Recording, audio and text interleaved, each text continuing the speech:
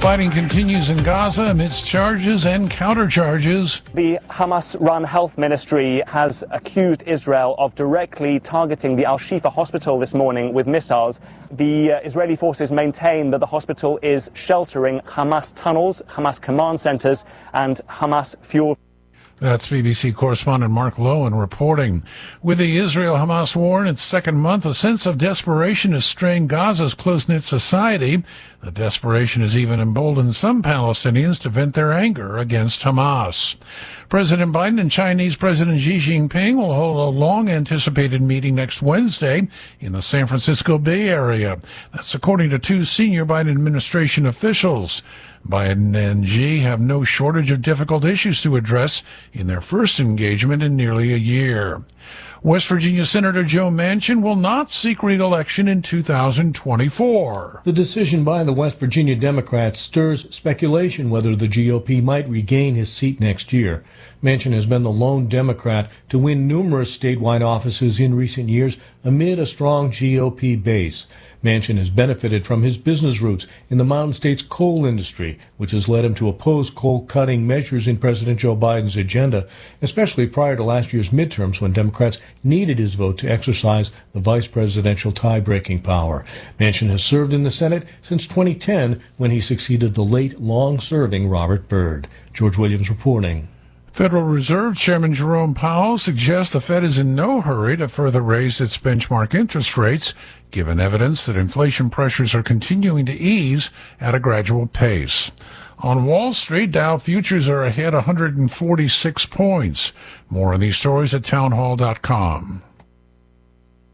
Urgent Camp Lejeune settlement message. On September 6th, the government announced it will soon begin providing fast, guaranteed settlements to Camp Lejeune Marines, families, and civilians. Awards will range between $100,000 and $550,000, with an option for higher amounts. If you or a loved one spent time at Camp Lejeune and suffered cancers of the bladder, liver, or kidneys, leukemia, non-Hodgkin's lymphoma, Parkinson's, or kidney issues, you may qualify for compensation and could be paid within 60 days after accepting your settlement, with your VA benefits fully protected. You may be entitled to a significant financial award for your Camp Lejeune claim, but you must act now. Call the James Harris Law Camp Lejeune helpline now to get the compensation you deserve. We're already fighting for thousands harmed by the water at Camp Lejeune. Call now or you may forever lose your right to be awarded a settlement between $100,000 and $550,000. For your free evaluation, call 800-320-7171. That's 800-320-7171. 800-320-7171.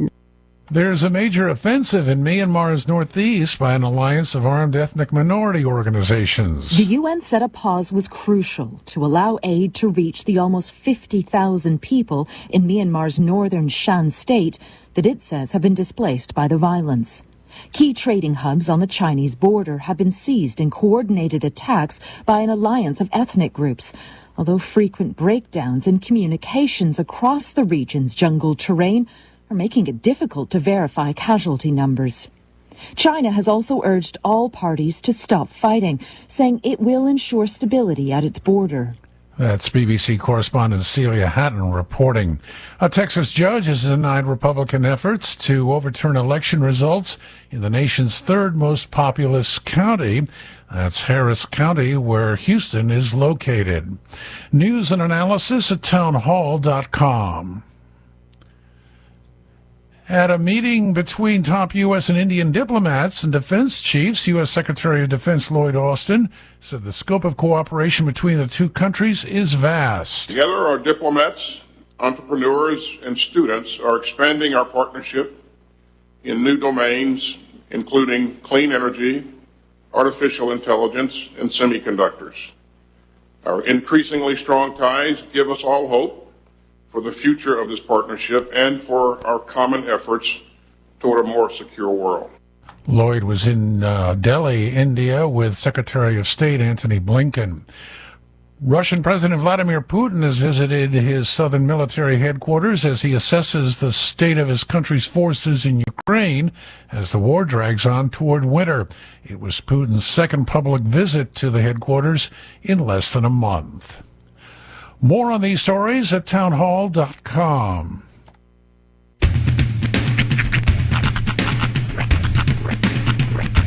What in the wide, wide world of sports is going on here? I promise you, whatever scum did this, not one man on this force will rest for 1 minute until he's behind bars. Now let's grab a bite to eat. Yeah, come on. I feel the hot wind on my shoulder and the touch of a world that is older.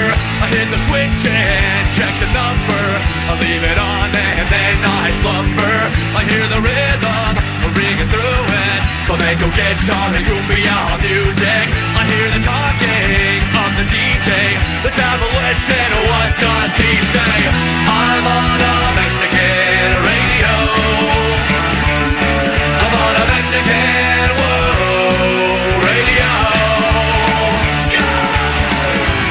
Broadcasting live from high atop the J.P. White Building in downtown Roswell, New Mexico. It's Mornings with Mike Winters on 106.5 Roswell's Talk FM. Is that what I sound like when I talk? Now, here's your host, Mike Winters. And good morning, one and all. Welcome to Mornings with Mike Winters. I am he. That would be me, Mike Winters. Happy Friday, everybody. Welcome to it. We made it. Mm-hmm. Happy Friday. Happy pre-Veterans Day and happy Marine Corps birthday. Oh, yes. Yeah, today. So if you know a Marine, wish him happy birthday. Indeed. Semper Fi. Whether they're a Marine Corps veteran or still active, don't call them former. Nope. They get mad when you do that. But happy Marine Corps birthday. Mm-hmm. And welcome to Friday, Football Friday. Yep. Big game tonight. You're excited about that. He's like, Football Friday. Yep. Sorry. I was trying to think of the words from the halls of Montezuma to the shores of Tripoli. Mm-hmm. And that's actually the furthest side. We will fight we will fight our country's battles on the land and on the sea. I was in the Air Force. I had to memorize the Air Force song, not the Marine Corps song. But I watched enough Looney Tunes to know that's play the tune of the United States Marine. There's a bunch of Marines who are screaming at their radios right now. Yeah. Blown up. If you need off we go into the wild blue yonder, I can help you there, but not. But happy Marine Corps birthday today. But yeah, big game tonight, football. Roswell Coyotes will be at the Woe Bowl tonight taking on Mayfield, 1-9 seed. Yes. Winner goes to the semifinals. The loser gets to start basketball season. Mm-hmm. Yeah, exactly. So that's tonight. We will have that for you right here on the radio, 106.5 Roswell's Talk FM, beginning around 6:40 or so. Kickoff at 7 o'clock tonight. Mm-hmm. We'll have live streaming video at ksvptv.com. But put your coats on and get out there and root them on at the Woe Bowl tonight. But it's going to be a real nip hardener tonight. Oh, actually, I this is football weather. It is. For the first time all season, we got actual football weather. One of my favorite memories of playing in the band in high school is like usually around the third quarter, somebody'd show up with a giant one of those big water jugs, mm-hmm. but full of hot cocoa. Yeah, and then we just pass out cups of hot cocoa around the band. That's nice. Tradition. Yeah, it's just nice. Poured it in the tuba. Dip the fingers in it to maintain the ability to move them. And you blow it, it percolates like a coffee pot. It's a lovely sound. It really is. You ever watch Dumb and Dumber? There's a scene. It sounds just like that. But anyway. But yes, big game tonight. And then, of course, tomorrow afternoon, big game number 2 is your Goddard Rockets. Yep. Will take to the field to take on Deming. That game will be at 1 o'clock at the Woe Bowl. We'll have that for you on our sister station, 106.1 FM Fierro, with kickoff at 1. Pregame will start around 12:40 or so. We'll also have live streaming video in the Goddard Rocket channel, ksvptv.com. But once again, you should already be there for the Veterans Day stuff. Mm-hmm. Just hang out, tailgate a little longer, and then mosey on into the big game tomorrow afternoon. Make it like a chain celebration. Exactly. So, tag team it. All of that going on. Your big weekend. Artesia Bulldogs taking on Los Alamos. Yes. Same time, 12:45, 12:30 pregame, kickoff at 1 o'clock tomorrow. Yeah. You can hear that on AM 990 KSVP AM.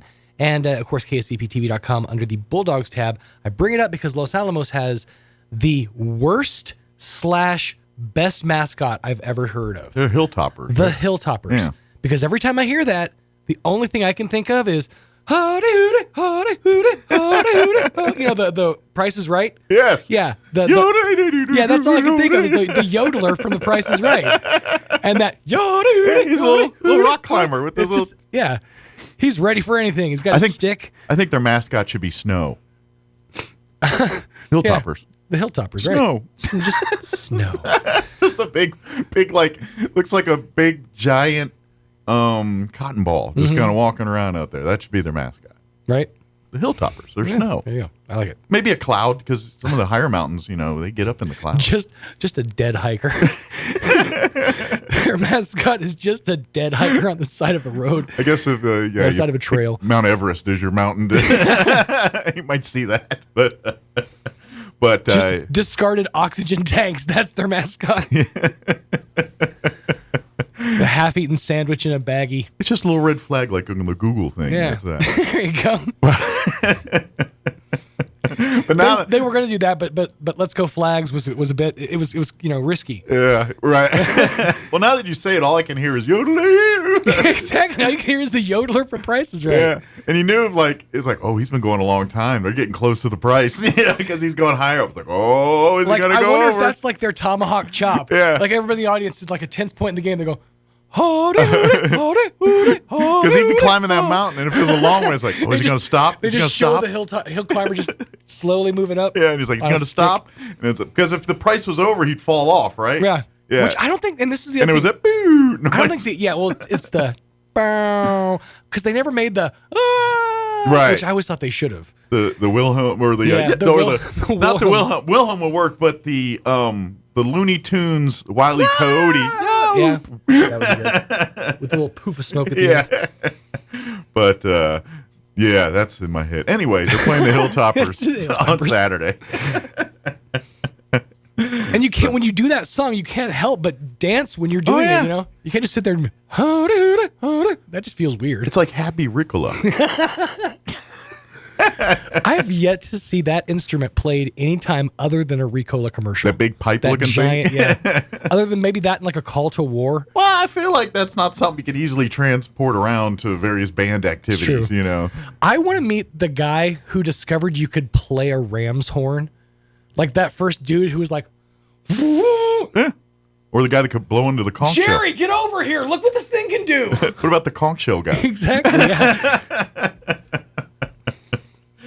Like, they look at it, it's like, I bet I could blow into this. I always say the same thing about life. Like, who's the first guy that was hungry enough to eat a crab? I mean, man. Right? Because they ain't looking like something, but thank God they were hungry because they're delicious. But, Satan of the ocean. But, like, you got to be pretty hungry to look at a lobster and go, yeah, cook that bad boy up. You ever been to where they keep cows and smelled that? And whoever looked at that and thought, I'm a little something's coming out of that teat underneath them. Yeah, I guess. Then baby cows seem to like at it. Least, I don't know. That one just seems a little more natural. Lyle just slides up underneath Bossy and just starts working a teat. Ooh, look at this clam. This big rock. Open up. There's something in here. Bet I could eat it. Right. Look at this slimy thing inside of this rock. I'm going to shove that in my mouth and tell everybody that makes me Randy.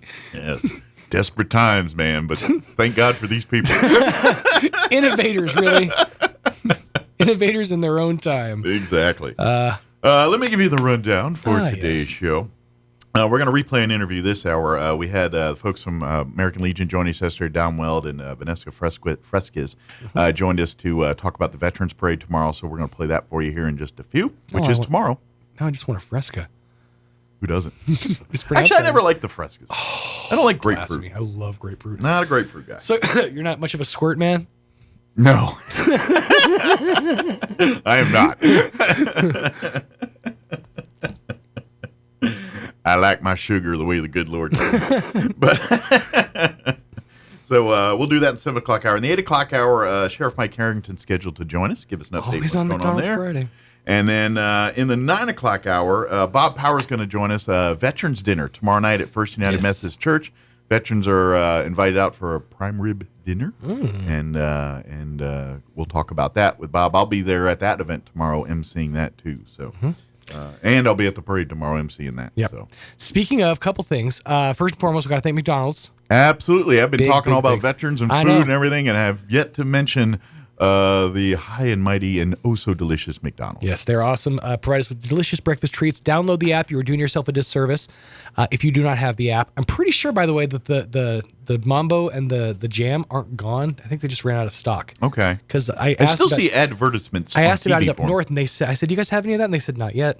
So, not yet. Not yet. So That's it must promising. be the yet. Yeah, it's And on I his still truck. see advertisements on the TV for the Mambo and the sweet and spicy sauce. So we just love it so much. Fingers crossed, people. I'm still sitting on 2 in case I have to eBay them, for my kids' college. Yeah.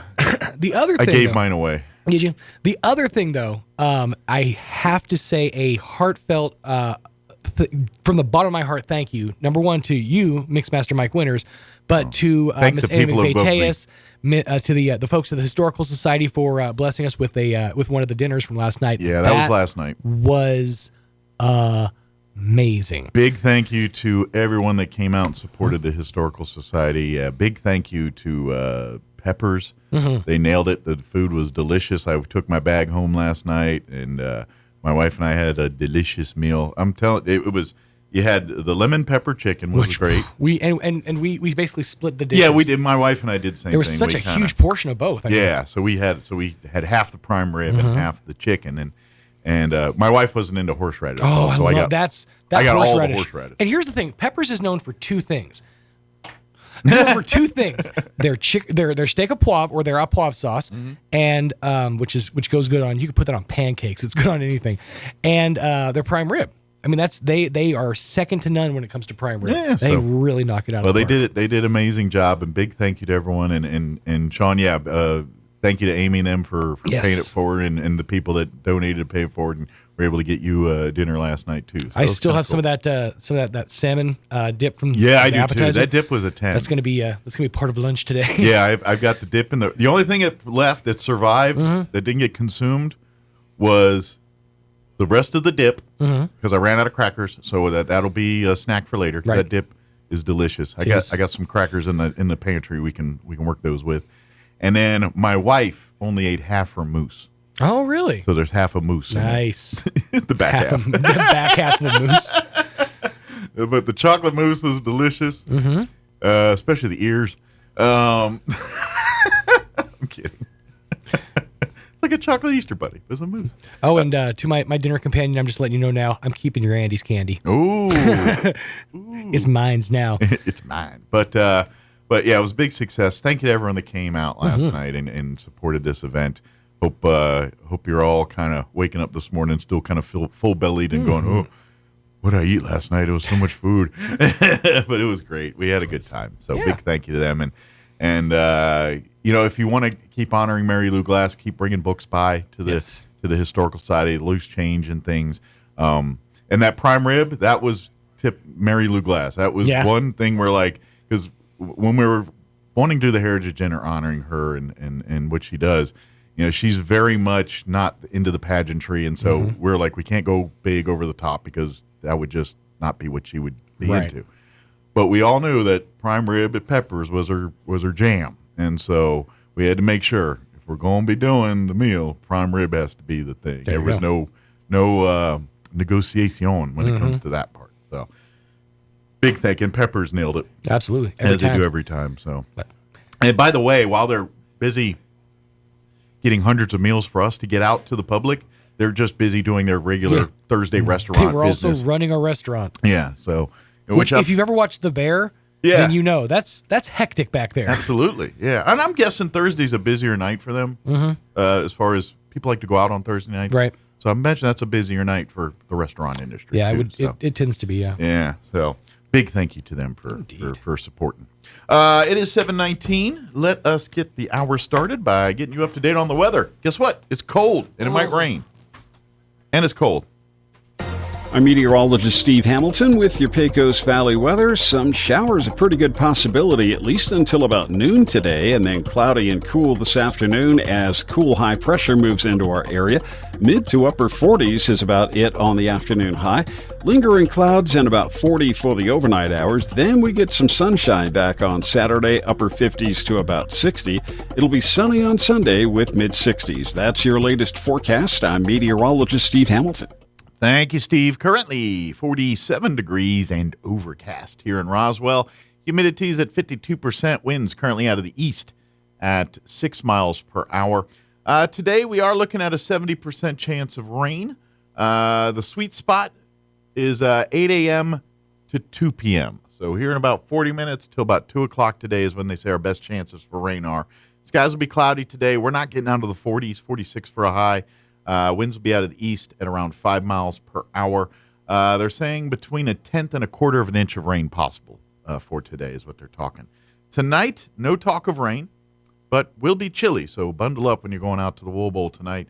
Overnight, we're looking at patchy fog. They say could see some fog before 2, but late tonight we're going to see the fog roll in. Skies will be cloudy.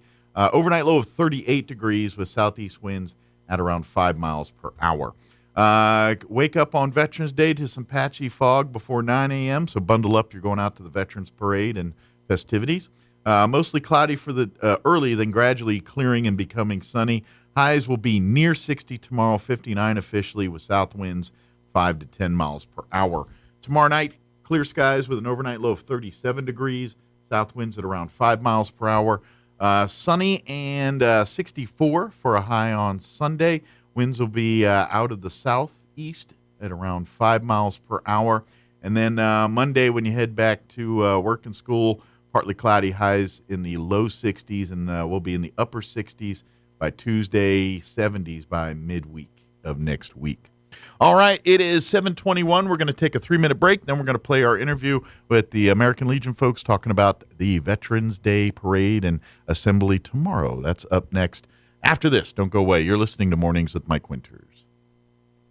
On December 16th at 10 a.m., American Legion Post 61 in Roswell will be honoring our fallen veterans at Memory Lawn Memorial Cemetery for National Wreaths Across America Day. We invite you to join us in placement of the wreaths on the graves of our fallen heroes on that day. We also need your support by sponsoring a wreath that will be placed on a grave right here in Roswell. You can sponsor a wreath for as little as $17. To sponsor a wreath, volunteer, and to learn more about the great work of the Wreaths Across America organization, please visit roswelllegion.org today. It's time once again to celebrate the magic of the holiday season at the 42nd Annual Holiday Magic Arts and Crafts Show, Friday and Saturday, November 17th and 18th at the Roswell Convention Center, featuring a variety of unique handmade creations by artists, artisans, and crafters from New Mexico, Texas, and Arizona. There's fine art, jewelry, woodwork, women's and children's apparel, leatherwork, Christmas decor, sweet green chili, and much more. This year's featured artists, Judy and Bruce Buckman from Las Cruces, displaying their embroidered sweatshirts, purses, aprons, and Christmas decorations. Enjoy pumpkin rolls and cookies by Deborah Lucas, delightful mini donuts by Karen Hendrick, coffee and soda by Sodalicious Beverage Buggy, to delicious meals prepared by Eli's Bistro, Bubba's Pit Stop, and the Fry Bread Lady. Proceeds benefit the Assurance Home, the First Tee of Southeastern New Mexico, Christian Outreach Ministries, and Roswell's local high schools. Admission is $3. Children under 12 are free. Celebrate the 42nd Annual Holiday Magic Arts and Crafts Show, November 17th and 18th at the Roswell Convention Center. Fall into savings this month at your locally owned and operated Big O Tires. Save up to $140 on select sets of tires after mail-in rebate, all with multiple financing options tailored to you. Let Big O Tires certified technicians help keep you and your family safe on the road this fall. Make an appointment online at bigotires.com or stop in today. Big O Tires, the team you trust.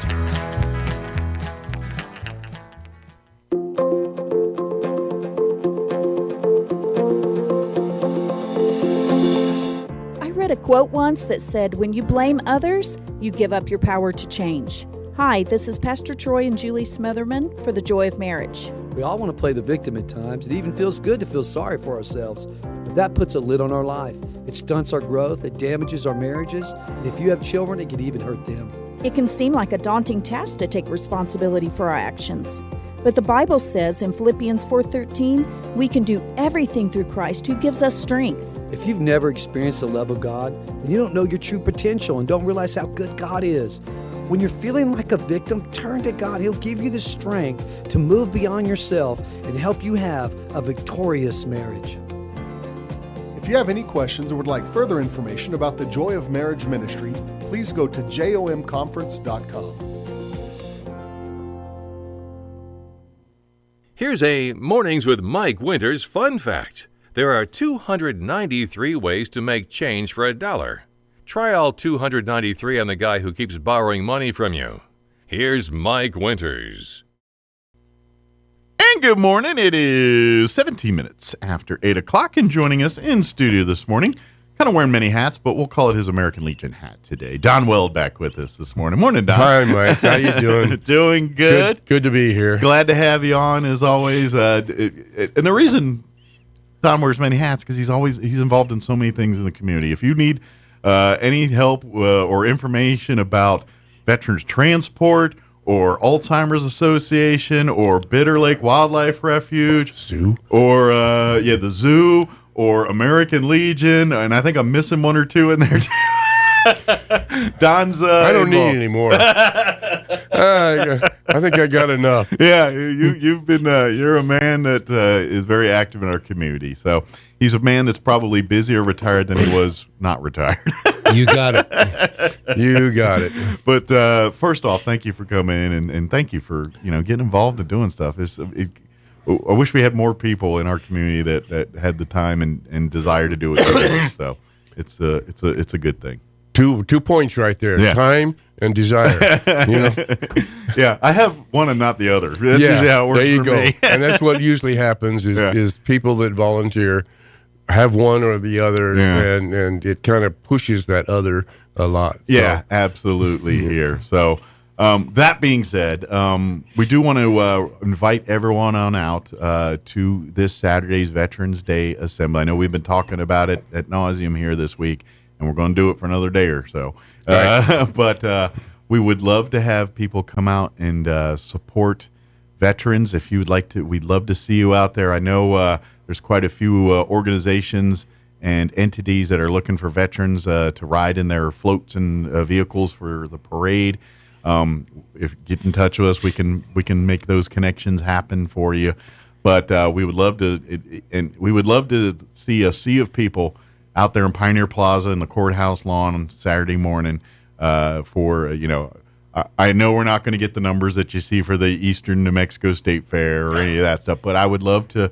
You 4th of July, let's get a good crowd out here. See those kind of numbers and have a good hunk of people out there just showing their support and thanking our veterans and celebrating our great country. That's what we're having a lot of veteran-related celebrations all this week and actually into next week. That's right. Travis County Federated Republican Women have their monthly luncheon next Wednesday. Yeah. Wednesday, at the convention center. That's a veterans. They're inviting veterans it's free meal. all of this time, and I'm loving it. Absolutely. I think it is fantastic that we're finally getting out there and celebrating the people who have kept this nation free. Absolutely. Well, and we see the world we live in today, and a lot of people see the writing on the wall and seeing what direction this world's going in right now. Yeah. And we got a new generation that are going to have to pick up this mantle. That's right. We're going to need our new generation to be the next batch of veterans here, and we need to inspire, evoke, and remind and show people why it's important that they pick up that baton and keep the race going. It's so important, and events like this remind me of that. So veterans, we'd love to have you come out. I know a lot of us don't want to share stories and want the recognition. We kind of just, we just want to kind of stay in the background and blend in.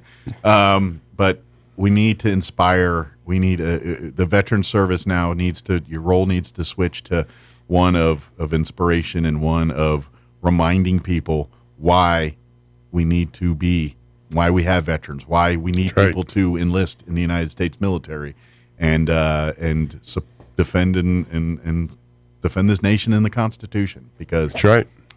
Now more than ever, we're living in a world where people want to test it, and there's a reason we grew from just a people with desires and things, and went from a small country to the superpower of the world, and now that we're there, people want to knock that down. People want to take what you got. People want to bring that down, and the only person, the line in the sand, was that person that signed up for the military service to stop that from happening.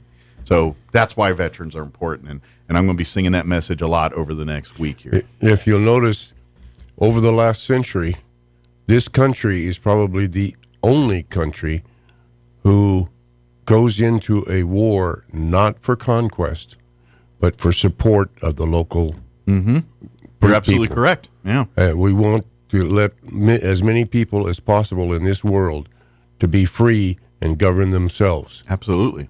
So that's what our whole purpose in being out there is. Absolutely. So that's why we do these things, and why we have this day, and why people love to do everyone sees like, why all these free meals? Because people want to do their part. People get the importance of the veteran, and right. And that's what I love about it. It's like, no, we all can't do everything for everybody, because we have our resources, but when these businesses say, you know what, come on in for a discounted meal or a free meal, or come in for a free dessert while they have, that's their part of them saying, hey, thank you for doing that. And so, veterans, I get it. You don't have to be the one that does the crawl and do everything. Some like to do that, but it's okay to accept those every once in a while, because this is how people feel like they can give back. And to be honest, when they can give back to you, it does make them feel good too. It does. Be accepting of it a little bit. I mean, yeah, I get it. If you're eating 27 meals and you're like, dude, I thank you. I get it. I'm full. I'm bloated. But at the same time, it's okay to accept some of this stuff, and because people really do want to show their appreciation and love, and they don't. This is the way they know how to do it. And, that's right. And we're just be thankful, because we are thankful for that. And everyone that offers the littlest of thing, it's so thankful, because you don't have to, and you're just showing your appreciation. And so all those businesses and organizations that do these kind of free things or discounted things for veterans over this next couple days here, thank you so much for that support. Thank you for doing that. I know it eats into your business. I know I see days like Golden Corral on Veterans Day where there's a line around the building for free meals there. Golden Corral's losing some money on that day. Yeah. But we do appreciate that they offer that to people. And that's such a great thing. And they do that because they're trying to give back to the abundant community. Absolutely. And I love it. Yeah, absolutely. So please celebrate those things, participate in those things, and thank you for doing those things. Yes. With that being said, doing your part, coming out Veterans Day, just come out to the parade. It's a parade. Come out, wave, and see these great people, hear the stories, and we're going to start at 9 a.m. With the ceremony and everything. We have a guest speaker that is a Gulf War veteran. I'll be emceeing, and we'll have, of course, the scouts doing the wreaths, and we'll do kind of the tradition that is part of our veteran ceremony. All of that will be a part of that, and then and it'll be a short ceremony, probably no more than 30 minutes. Right. And then we'll kick off the parade right from there on the courthouse lawn. Not on the lawn, but in the street in front. And then kind of gets mad when you drive vehicles they, up they on don't like those big, especially when Greg Nyberg runs his half track across there. There you go. I don't think they'd like that. Yeah, no, they would be a little bit salty if we did that one. Yeah. But definitely going to have all of it. We got a lot of entities already said they're committing their support and coming out to be a part of this parade, and more are welcome. And if you're a veteran, want to be in, reach out, like walk around that day. There's going to be, I know, like usually Veterans Transport always looking for a few veterans to ride with them in the parade. Go ahead. We have the parade marshal. Yes, this year is Billy Joe Allen. Mm-hmm.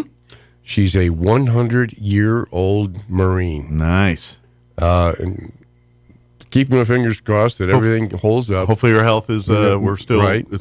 We're going to pick her up in a Southeast New Mexico Veterans Transport van. Okay.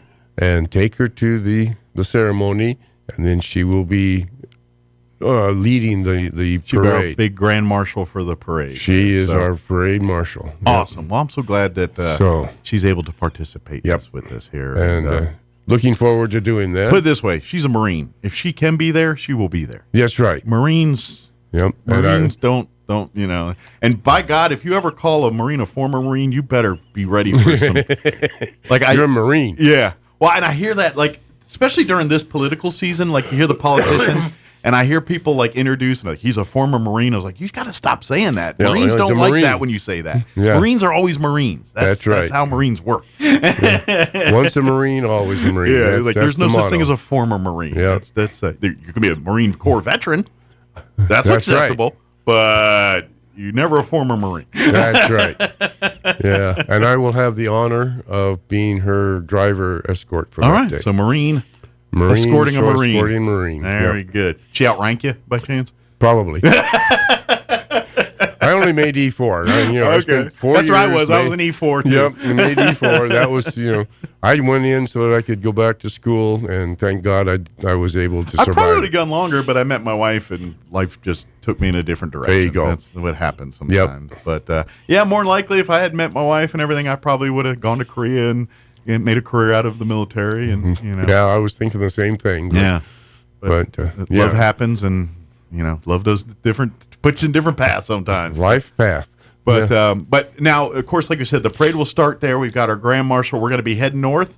Yep. And then there on College into the Wool Bowls we'll turn into, and then Correct. we'll kind of wrap up and kind of circle the wagons at the Wool Bowl parking lot there, where we invite the crowd to follow us there. We're going to have, I think, some food trucks. And, There's a food truck and I think a coffee truck. So there'll be some food and snacks. And the VFW and the Legions, both Legions, will have tables there to say hi and welcome you again. And I think a couple other organizations may come up and be wanting to give out some swag and Right. giving out goodies to veterans and things like Correct, that. So yeah. come on out and do that. And we'll probably go till about noon until they say, you guys got to go because we got a football game to get ready for. Then we got to clear the place out. Yeah.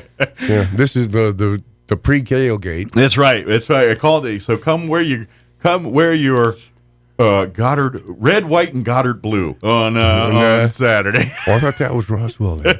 No, Roswell will be Friday night. So Friday night. Goddard Saturday. Yeah. So. Oh, that's right. Yeah, That's right. Yeah, Roswell, wear your rocket or your coyote red, white, and blue on Friday, and then wear your red, white, and Goddard blue on Saturday. There you go. That's the way to do it. That's right. But definitely come in, and we'd love to. Yeah. So when you're at the parade and stuff, come on down to the Wool Bowl afterwards, and especially if you're a veteran, because we probably get you some swag and some free stuff. And again, people We'll want work to thank something you. out. Yeah, people want to, and of course, usually there's if you're looking for resources and stuff too. If you need veterans resources help, if you're looking for that kind of stuff, there's going to be a slew of people there can help you navigate some of that. And of course, you don't have to wait till Saturday. If you're a veteran and you're looking for those kind of services, you could reach out to either American Legion post here in town, the VFW post here in town. There's a few other organizations here in town too. All of them will be ready to get you that information, put you in touch with the right people.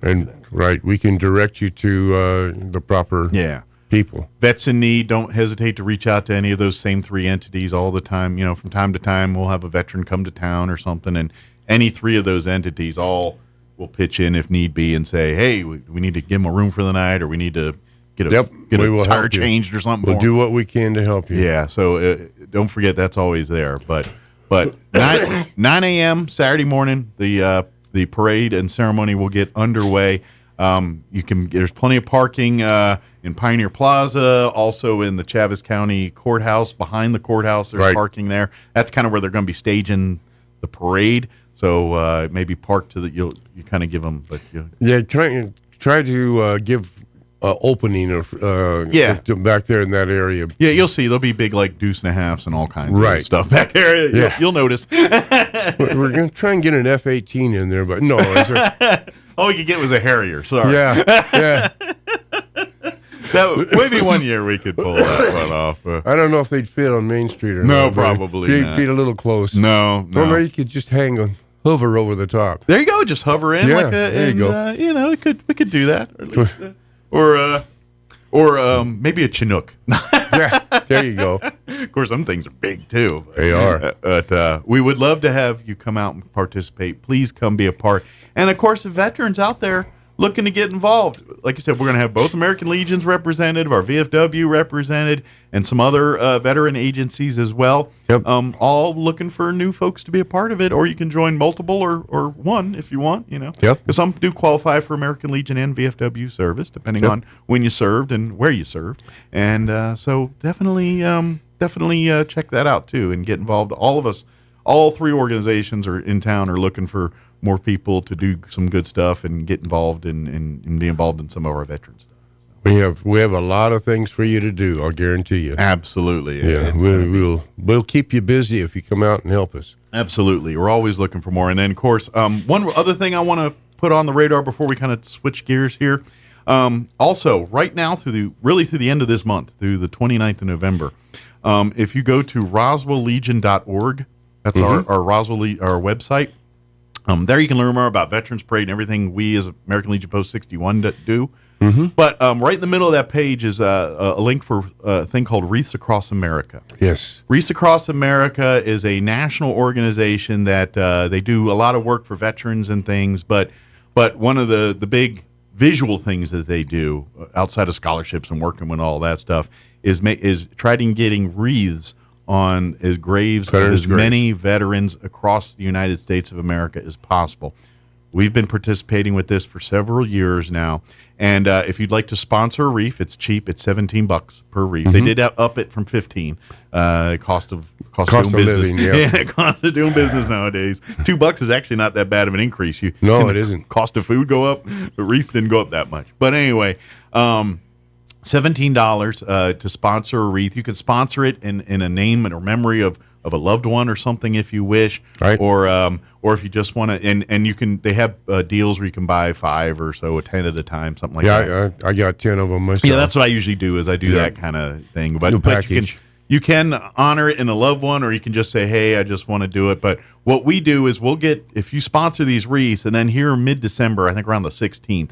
A truck will come in with all these wreaths, and we're going to put, hopefully, about 200 and so on graves out at Memory Lawn. And then if we have extras and left over, we go to South Park. We'll leave some here at the Veterans at the Veterans Memorial here on the courthouse lawn, right? And other places there. But the more wreaths that are sponsored, the more we give out. And we always have a goal of around 300, and we're not close to our goal yet. So we'd love to help people. The thing is, you can donate at any time, but if you want to count towards this year, we need your wreath order in by the 29th of this month. Right. You got to get it in by then. Now, of course, you can go anytime. If you go after the 29th, no big deal.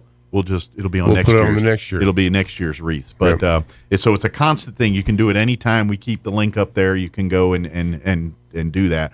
But if you want to do it for this year, please go to roswelllegion.org. And you can go and purchase a wreath or wreaths there to honor someone in your family, or just honor our veterans, or whatever reason you want to do it. You can do it. And we will have people at the parade who will take your donations. Yes, we'll have a table there at both at the Wool Bowl and kind of around the courthouse lawn there, right there, and you can go. And because we are still taking sponsors for this event, we're kind of a little past the point of no return for advertisements and things, right? But if you sponsor for this event, we would be very appreciative. It'll go back to the veterans organizations in this parade here. Right. So it all goes offset the cost of the event. Yep. Yes, absolutely. So definitely something that folks want to check out here. Okay, sorry, that's something else different. That's all. So Art sent me a text, and I was like, "Oh, this might be relevant to what I'm talking about." No, that's something I can deal with later. Okay. Okay. But Wreaths Across America, that's another great. So even if you say you can't make it here today, and you're like, I want to get involved. I'm not busy. I'm busy on Saturday. Great. Another way, go to our page and sponsor some wreaths. Sponsor some wreaths. That would be a great way to, and you can do that. You know what? If you want to do that in memory of a loved one for Christmas or something like that, this is a great way. You can even leave messages and things. There's when you go to the link on our website, it's got the whole history of Wreaths Across America, what they do, what you can do to support, and of course, if you want to leave messages or do things for others that that it's all right there. It's Just punch on that donation button. Yes, absolutely. So, and it'll get you there. Yeah, that's a great way to help. And of course, if you have any questions about anything about American Legion Post 61 or anything we do, you'll find it there at roswelllegion.org. If you need more information about the Veterans Parade, if you need more information about us as an organization or scholarships, we do scholarships. That'll be coming up. You'll find the applications and the criteria all there at the website. So. Yep. Good deal. So last Saturday, for folks that didn't know, the Alzheimer's Association had their annual Walk to End Alzheimer's here in Roswell. They do it every fall. And this year, for the first time in a while, it was back on the Chaves County Courthouse lawn.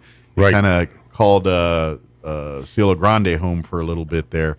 But now back on the courthouse lawn. And so how did the first time back? Cielo Grande was great, but we lacked the exposure out along Main Street there. Yeah, it's unless you're going out to soccer or to go to the fishing game or something like. Right. You know, we're the courthouse is everyone's passing by to go shopping or work. That's right. So they get eat. to see us and say hi. So hey, how you doing? It's more visible in the community. That's right. That's what we wanted to do this year, and it turned out real well. Haven't reached the final goal. That goes on until the end of December. So it's still time to donate and support even if you didn't get a chance to walk this year. Yeah, we're looking for 30,000, and we're about 23. So okay, we can get there. Yeah, we can get there. $7,000's not no, it's not insurmountable. That's right. So go online. You can go to alz.org, and then you look for the Roswell Walk. Okay. And when you get to the Roswell Walk, if you know a team name, you can donate to a team. Or you can donate directly to the Roswell Walk. So if you want to support a particular team over another for bragging rights and what have there you go. That's a way to do it. Or if you're just like, I don't know any of those, but I really want to support. There you go. You can just do it that way. And you can go to mine, my photo finish. There you go. If you go to mine and donate, that's good. That's right. I'll take that. Hey, if you show him, he'll give you a poppy on Saturday. There you go. There you go. Yeah. By the way, if you want to get poppies Saturday, we will have the poppy table out there. Yep. And of course, if you're wondering what that's about, it's a symbol of veterans and things, and that's kind of the unofficial symbol of well, our it goes. veterans It goes back to Field of Flanders. Yes. 1919, and that was a poppy field. Mm-hmm. And so the American Legion adopted that originally when they started this whole American Legion. Yeah. The poppy was a symbol of the veterans that we lost in World War I. And it's kind of carried over all these years later. That's right. So. And it's branched out into other entities. Now it's kind of a universal military veteran symbol kind of thing. Yeah, but yes, we will have our poppy table out there if you want to get your poppies Yep. and display those and wear them proudly and do it in honor of a loved one. And we do ask a donation for the poppies. Yeah, it's just a donation, whatever. Because they cost. $1 million, something like that. Whatever you got. Whatever you got laying around. Yeah, a couple million. Whatever change you got in your thing. After all, one of the NASCAR companies gave us a donation of over $1 million a year ago. Yeah. So anybody else out there got one of those laying around, we'll take it. Well, yeah, no kidding. That was given nationally, by the way, not to our local Legion. We didn't have we had $1 million. We were like, whoa, where'd that come from? No, nationally. But yeah, Alzheimer's was a good walk. Good. We had a lot of people. A lot of things went on. After the walk, we had a little entertainment. We had the Roswell Fire Department and the Roswell Police Department. That's right. They did their tug of war. They had a tug of war together. Who won? Well, it was 2 out of 3. Okay. And the police finally got their way. But it was a struggle. They were well matched and did a good job. Had a lot of fun. And I would have never bet against either one of those teams. Yeah. But like without like the research, I'm thinking because firefighters are always carrying equipment and going up and down things. I figured they're going to be a little bit more cut than the police officers. But then again, police officers always running around wrestling and doing all kinds of stuff too. So you never know. I don't know. This time, maybe we'll get a rematch next year. I would say we just throw the gauntlet down. Hey, we can do it Saturday at the Wool Bowl if we want. Bring a rope and you all guys show up and we'll do it in the parking lot for the game on Saturday. There you go. if we want to answer any questions here or any of that kind of stuff.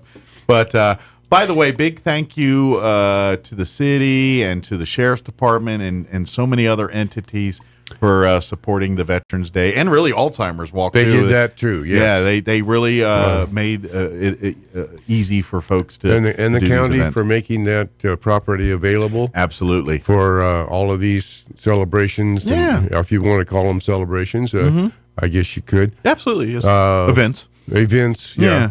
So we're really happy with. And if all you're of that. wondering why the Chaves County Courthouse is green this month at night, it's for Veterans Day. It's Veterans Day. That's right. That's for veterans, and they. Yep. So if you want to show your support, I know Westlake, I believe, have some green light bulbs. I'm not sure who else has them, but you can pick up a green light bulb and put it in your own. They probably do. Yeah, I know Westlake's got some. Okay. But I'm not sure. I'm sure others do. I just know off the top of my head they've got some. Right. And you get those, and you can put them in your lights in front of your house or whatever, and show the your courthouse support. has a switch. Yeah, they don't have to. They turn on the green light. Yeah, they got this LED thing. It's a little fancy. Works out good. I think they can go other colors too. You want come on in? Hey, how you doing? Come on Good in. to Vanessa's see you. joined us as well. Popped in on Don too. Come on in and have a seat. Now you can't sit in the hiding seat. You got to sit in the visible seat now. Vanessa. Let's put you out here. Of course, Vanessa is also with our American Legion Post 61 family as part of our auxiliary here and on the committees for Veterans Parade and all of the stuff we do here. So how you doing today? I'm good. Good. Just had a rough start, but I'm here. Good. Are we ready for today? Yes. Are ready for this weekend and everything else in here? Yes. But is there anything we missed or messed up that you heard so far? I haven't heard anything. Okay, so we're good. Yeah, I'm sure you guys are good. But but I'm glad that Alzheimer's Walk, we had a great crowd, and congratulations to the police department for their best 2 of 3 tug of war win there. That was in good. In that match A lot there. of fun. How was the event at Bitter Lake with the watching of the birds come in and everything? Very good. Oh, that's right. That was on another Saturday one. night. Yeah. Yeah, we had that on Saturday afternoon. Yeah, the migratory. Was it just cranes or was it all the birds? Well, what it is, it's called we call it cranes and Cranes cocoa. and cocoa, but there's other But birds. there are other birds there too. Canada geese, and people keep driving that. It's Canada geese, not Canadian. Is it? Yes. Why? Well, because that's the name. It's a Canada goose. I know, but they're Canadian. They're not Canadian. But they are. They call it Canada for a particular reason. Are they coming from Canada? Must be if they're called They're Canadians. They're Canadians. Yeah. Sorry, y'all Anyway. can have your little match, but I'm calling them Canadian geese. There you go. Because they're geese from Canada. It's a burger thing. Yeah, it's a burger thing. But anyway, we had a very nice presentation by Jim Montgomery. Awesome. He does that every year. Funny man when he gets up there and talks about the cranes. Yeah. He puts on a nice little show. So Good deal. he Well, did and it's a good always job. fun. And then, Yep. So good news. If you missed Saturday, fortunately the migrating season continues here. So It if you does. come out every evening for the next month or so here, probably you'll get a good view of the birds and everything coming in and the plant life. If you want to see the most action out at Bitter Lake, either get there at Very sunrise or sunset. Those are the two, because that's when the animals are out hunting and fishing and doing their thing and getting sunrise, the gate goes up. Yeah. Sunset, most the beautiful rate time goes of the down. year- of the Exactly. day. Yeah. it's- Sunrise and sunset's the most beautiful time. Oh yeah, it's really nice. And so, if you've never been out to Bitter Lake, maybe not this weekend because there's a lot going on, but next weekend, get on out there and Get see up the there beauty that's all in the our way backyard. through. Absolutely. We moved the cranes and cocoa up to this last weekend. Yes. For various reasons. Normally it was the Saturday after Thanksgiving, but I think we wanted to leave that whole weekend open for family. Sure, and then plus Thanksgiving too, family weekend.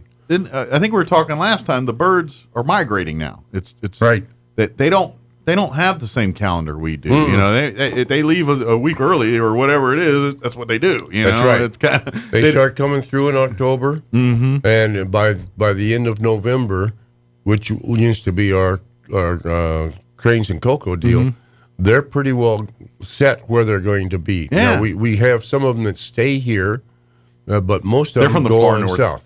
They're from the far north. They're like Nah, I'm coming from the tundra, man. This is nice. Yeah, you got it. I don't need to keep going south. The rest of them keep on going south, but yeah. It's a beautiful time to come out there and see It it. is. So definitely check that out while you're doing that too. And of course, come out this Saturday. Come out and be a part of the Veterans Parade, the Veterans ceremony here.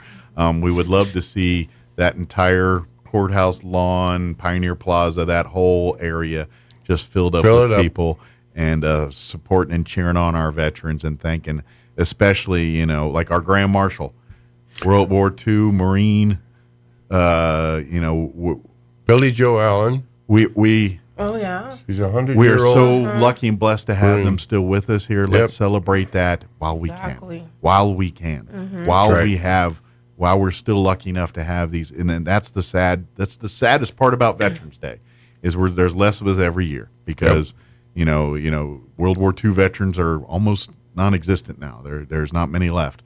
Korean War veterans are getting that way now too. And of course, Vietnam, they're all getting less and less. It's just a sad truth. And so let's celebrate those people. I got them. I'm so glad that hopefully everything's going to be a good day on Saturday, and she's going to be there leading the parade. And we got a sea of veterans in all of these vehicles and just waving and thanking them for their service. Don't forget to come out to Goddard later today and get that 1 o'clock is at the theater, little theater. There's the reception pregame, and then the event will be in the gym there at 1:30 today. Come out and be a part of that too. So. Good deal. Is there anything we missed, Vanessa? Is there anything we wanted to make sure we covered, or did something we? No, it sounds like you guys pretty much touched base on everything. And of course, if you want to be a Legionnaire or auxiliary member or son or any of that stuff, or a VFW, come out Saturday. All those organizations, and then some are going to have representation. We'll have a poppy table downtown with Unit 28. You come check us out. We're always looking for members. Yeah. For the Legionnaires. Can't miss them. It'd be the table with all the red poppies on it. Oh, yeah. I'll be there with my hat. Yeah, look for the hat. And we're taking the donations for the wreaths as well. Yes. Wreaths Across America. Again, if you can't go to the event this Saturday, but busy going to do that, RoswellLegion.org. There's a link right there. You can order your wreaths. They're $17 a piece, but you can get like a group of 10 or something. They have different levels that you can do that with. And what do we ask for donations for the poppies? Anything you feel your heart's desire. Just got $1? Awesome. Give, you got $1,000? Support us. Come check us out. We just want you to come support us, and to be honest, if you're only got 50 cents or a quarter, no big. We want you there, and we want to show you. We thank you for supporting our veterans, and we thank you for coming out and be a part of it. So whatever you can give, we appreciate it. So and then there's always next year too, if you're unable to this year. Absolutely, we can. And while we got you here, real quick too, our particular American Legion Post family, Post 61 family here, we meet the first Thursday of every month, 6 p.m. at First United Methodist Church. Upstairs. By the way, there is a veterans dinner at First United on Saturday, I believe at 4:30. I'm going to be emceeing it, a prime rib dinner and everything else. Bob Saturday afternoon. Yeah, yes. Bob Power is going to be in tomorrow in the 9 o'clock hour to remind folks about that. But that's a free dinner for veterans and their families. They're going to have music and entertainment, and I wish I knew the exact time, but it's like 4:30 or 5 or something like that. And then so you go there for a meal. I'll be emceeing, but I think it's not much to MC. I'm just going to eat. We'll come check you out. Yeah, come and to lead the people in the singing. We got some great local singers, and so come so veterans, put that on your list of things to do on Saturday too. So good deal. Well, thank you guys. Busy day. Yeah, busy day. Thank you. Which is good. We'll let you guys, I'm sure you got 12 more fires to stomp out, so we'll let you go do that. And if I don't see you before, then I'll see you guys on Saturday. All right, well, you take Appreciate care. it. You too. Thank you guys. And, thank you. Thank you for what you guys do. Appreciate it. Thank you for having us on. If you can round up about 10 more of you, that'd be pretty good. We're working on it. All right, it is 8:50. Let's pause for news. Your Cowboys report. I got time today. And a quick commercial break as well. Don't go. Tribute to the Beatles. Oh, I believe in yesterday. The tribute band endorsed by Sir Paul McCartney returns to the Ocotillo Performing Arts Center in Artesia for one night only, Saturday, November 18th. Get tickets and more info at artesiaartscouncil.com. Yesterday, a tribute to the Beatles, Saturday, November 18th at the Ocotillo Performing Arts Center in Artesia. Ad paid for by Artesia Lodgers Tax. From morning runs to playing with grandkids, taking part in activities brings great joy to our lives, but it can also come with injuries. And for those in physically demanding jobs, the daily grind can wear on muscles, bones, and joints and lead to acute and long-term disorders. If you're suffering from an orthopedic injury, let our Artesia General Hospital specialists help. The sooner you address the root cause, the sooner you'll be back to living life in motion. Learn more at artesiageneral.com/orthopedics.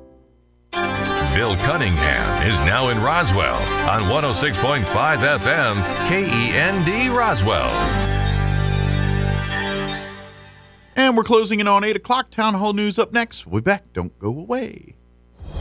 Breaking news this hour from townhall.com. I'm Jeremy House. Two senior Biden administration officials say President Biden and Chinese President Xi Jinping reportedly will hold a long-anticipated meeting next Wednesday in the San Francisco Bay Area. Correspondent Ken Lorman reports. Biden and Xi have no shortage of difficult issues to address in their first engagement in nearly a year.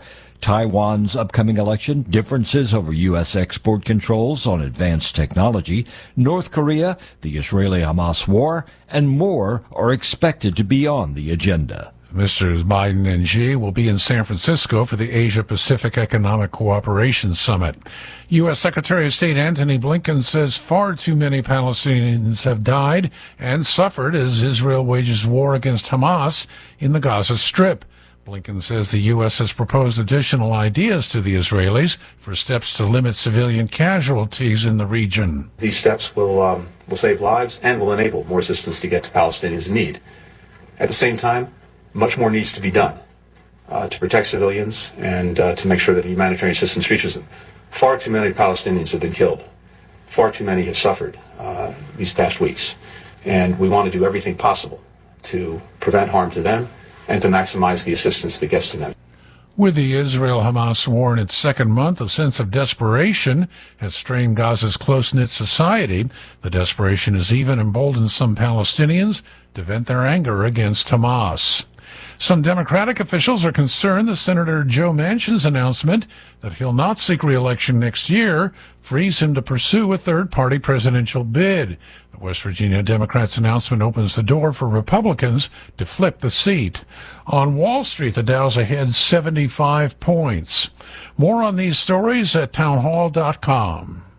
Here's an important message from the Diabetes Solution Center. Do you like pricking your fingers to test your blood sugar levels? No one does, but it's important to maintain your health. And now, by wearing a small remote device called a continuous glucose monitor, or CGM, you don't need to prick your fingers anymore. It's easy to use and helps you make more accurate diabetes treatment decisions. If you are testing your blood sugar 3 or more times daily, injecting insulin, or using an insulin pump, call the Diabetes Solution Center right now. And if you have Medicare or most major insurance coverage, you may be able to get a new CGM at little to no out-of-pocket cost. Shipping is free, and we'll even bill your insurance company for you. If you are testing your blood sugar 3 or more times daily, injecting insulin, or using an insulin pump, call the Diabetes Solution Center right now to learn how to end the painful finger sticks and get your own continuous glucose monitor, or CGM, at little to no out-of-pocket cost. Homebuyers who can afford to bypass the highest mortgage rates in 2 decades are increasingly foregoing financing and paying all cash. Homes purchased entirely with cash accounted for 34.1% of all sales in September, up from 29.5% a year ago.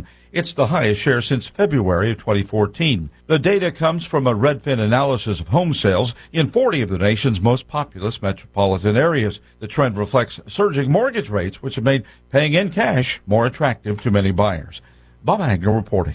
Foreign dignitaries have gathered in Finland's capital to bid farewell to former President Martti Ahtisaari, including leaders of countries where he helped reach peace accords.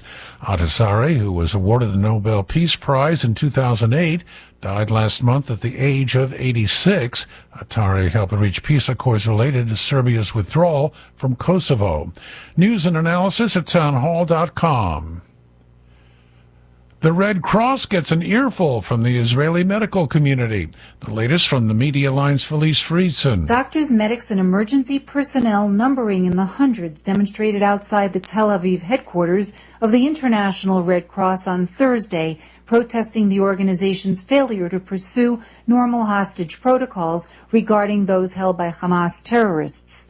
The ages of the 239 captives range from 6 months into the 80s, many requiring ongoing care according to their families. Nevertheless, during the 5 weeks since their capture, no name list or proof of life has been provided, nor has the Red Cross visited any of the victims. Nevertheless, Israel remains under intense pressure to accept ceasefires. I'm Felice Friedson, Town Hall News, Jerusalem. News and analysis at themedialine.org and townhall.com.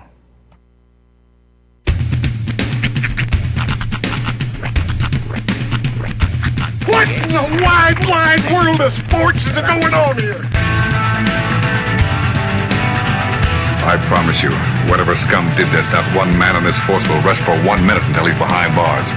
Now let's grab a bite to eat. Yeah, come on. I feel the hot wind on my shoulder and the touch of a world that is older. I hit the switch and check the number. I leave it on and then I slumber. I hear the rhythm ringing through it. Flamenco guitar and cumbia music. I hear the talking of the DJ. The devil listen, what does he say? I'm on a Mexican radio. I'm on a Mexican radio.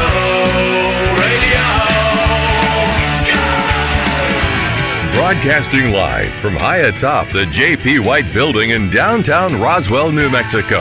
It's Mornings with Mike Winters on 106.5 Roswell's Talk FM. Is that what I sound like when I talk? Now, here's your host, Mike Winters. And good morning. It is 6 minutes after 8 o'clock. Welcome to hour number 2. The Dude. Of Mornings with Mike Winters, right here on 106.5 Roswell's Talk FM.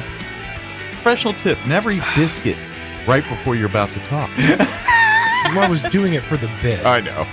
But so you could easily segue. But if you know, in my many years of eating in radio, biscuits are not your friend when you talk on the radio. They really aren't. You need to, because they really gum up your mouth. They do tend to redoify. Yeah. You know, those are, meat's pretty all right, safe, but that biscuit, boy. But the sausage is supple enough that it moistens the biscuit. Oh, yeah, it's tasty.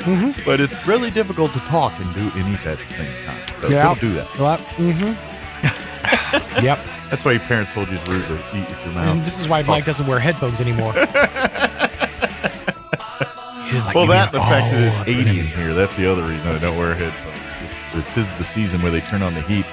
We don't need the heat. We got enough hot air coming out of our office, but we don't need that. So I open windows to keep it like 78 in here. Yeah. By the way, I heard you and some folks talking about fall time the other day, about the leaves changing. Now's your time, man. It's happening all over Roswell as we speak. Yeah. I passed some of the most beautiful foliage I've ever seen in my entire life. They were like red leaves, but yellow leaves, but red at the tinges. You know, really nice. Speaking of the trees and the changing, last night at the Heritage Dinner, we were over at the Historical Society there, and as people were driving through, and it turned out like you could have, like if you tried to plan it this way, it wouldn't have worked out better. But we have the entrance into the archives facility, we have a big giant tree there, and they've had it lit up for Christmas. The Christmas lights are on it, right? But it's really cool. The foliage on that tree has turned to red. like really? a red. Mhm. But it's pretty cool. Like last night, right around sunset, that one tree had the red with the lights, and then there were smaller trees right around it, and they're still green. So when you looked at it, especially right at sunset, where the lights were lit, you could tell it was really lit up, but it wasn't dark yet. You could still see the foliage.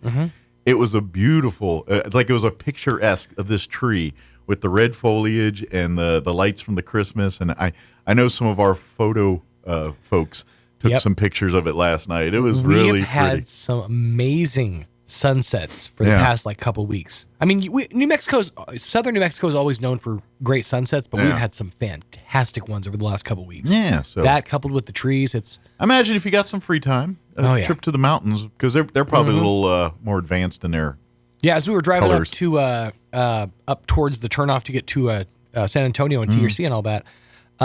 All those trees up there, all the treetops were different colors. We were, admiring just the yellows, the reds. But what I saw this morning, and I'm gonna have to drive by the Historical Society and see if it's the same way. But it's like yellow leaves that are tinged green or tinged red on the edges of them. Yeah, it might be something like that. It's really pretty. It kind of had a carrot top look to it. That's what I was thinking of when I saw it. It's like carrot tops here, but I don't think I said that out And then loud. I started thinking about prop comedy.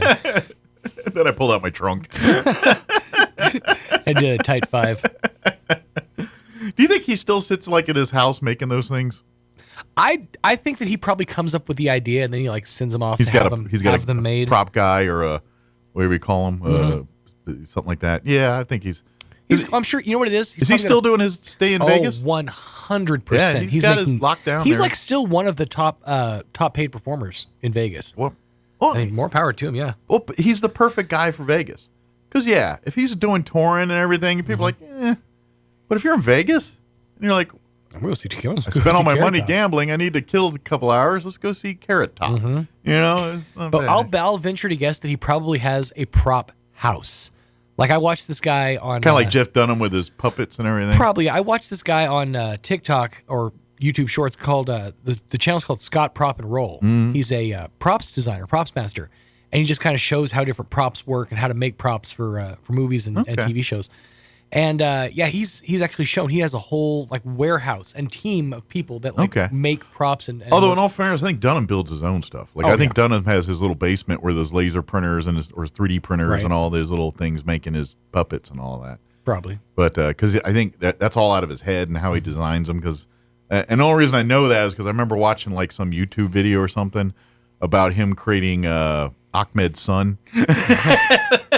And it was kind of showing, and I want to say that was one of the first ones he did with like a 3D printer for the first time, and so it was like a whole thing where he made it. So I think he does it. But Carrot Top, he sits in his Vegas penthouse and has some guy he calls up and says, "Hey, I got an idea. Yeah, I want to put ears on a toaster oven." The only Carrot Top prop that I remember, Carrot Top prop, that's fun to say, is he made it's a duffel bag, like a carry-on bag for the airport that fires dog treats out of the front, so you can sneak your weed through TSA. I wonder if he's ever tried to use that. Right. Of course, I've never seen a dog at TSA when I go through. It's always just some guy named Randy. And I don't think they appreciate the dog treats. Oh, look, a dog treat. Ignore that big bag of marijuana. Sir, was that a sausage?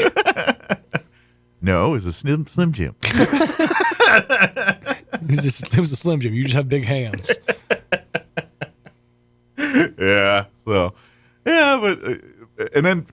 But people don't make fun of him anymore. Like, remember there was a day where people you know why? Because he's laughing at the bank. Well, he's also jacked. Yeah, he's he does look like ripped. He looks like Arnold Schwarzenegger. Mr. Olympian days. I don't care how many weights you can lift. I don't care how many props you can make. You're never going to have a soul, Carrot Top. Sorry, dude. I don't make the rules. It's just calling it how it is. Yeah. I ain't gonna lie. I would watch a video if it was a day in the life of Carrot Top. just what he does is I'd watch that. I'd watch it with joy.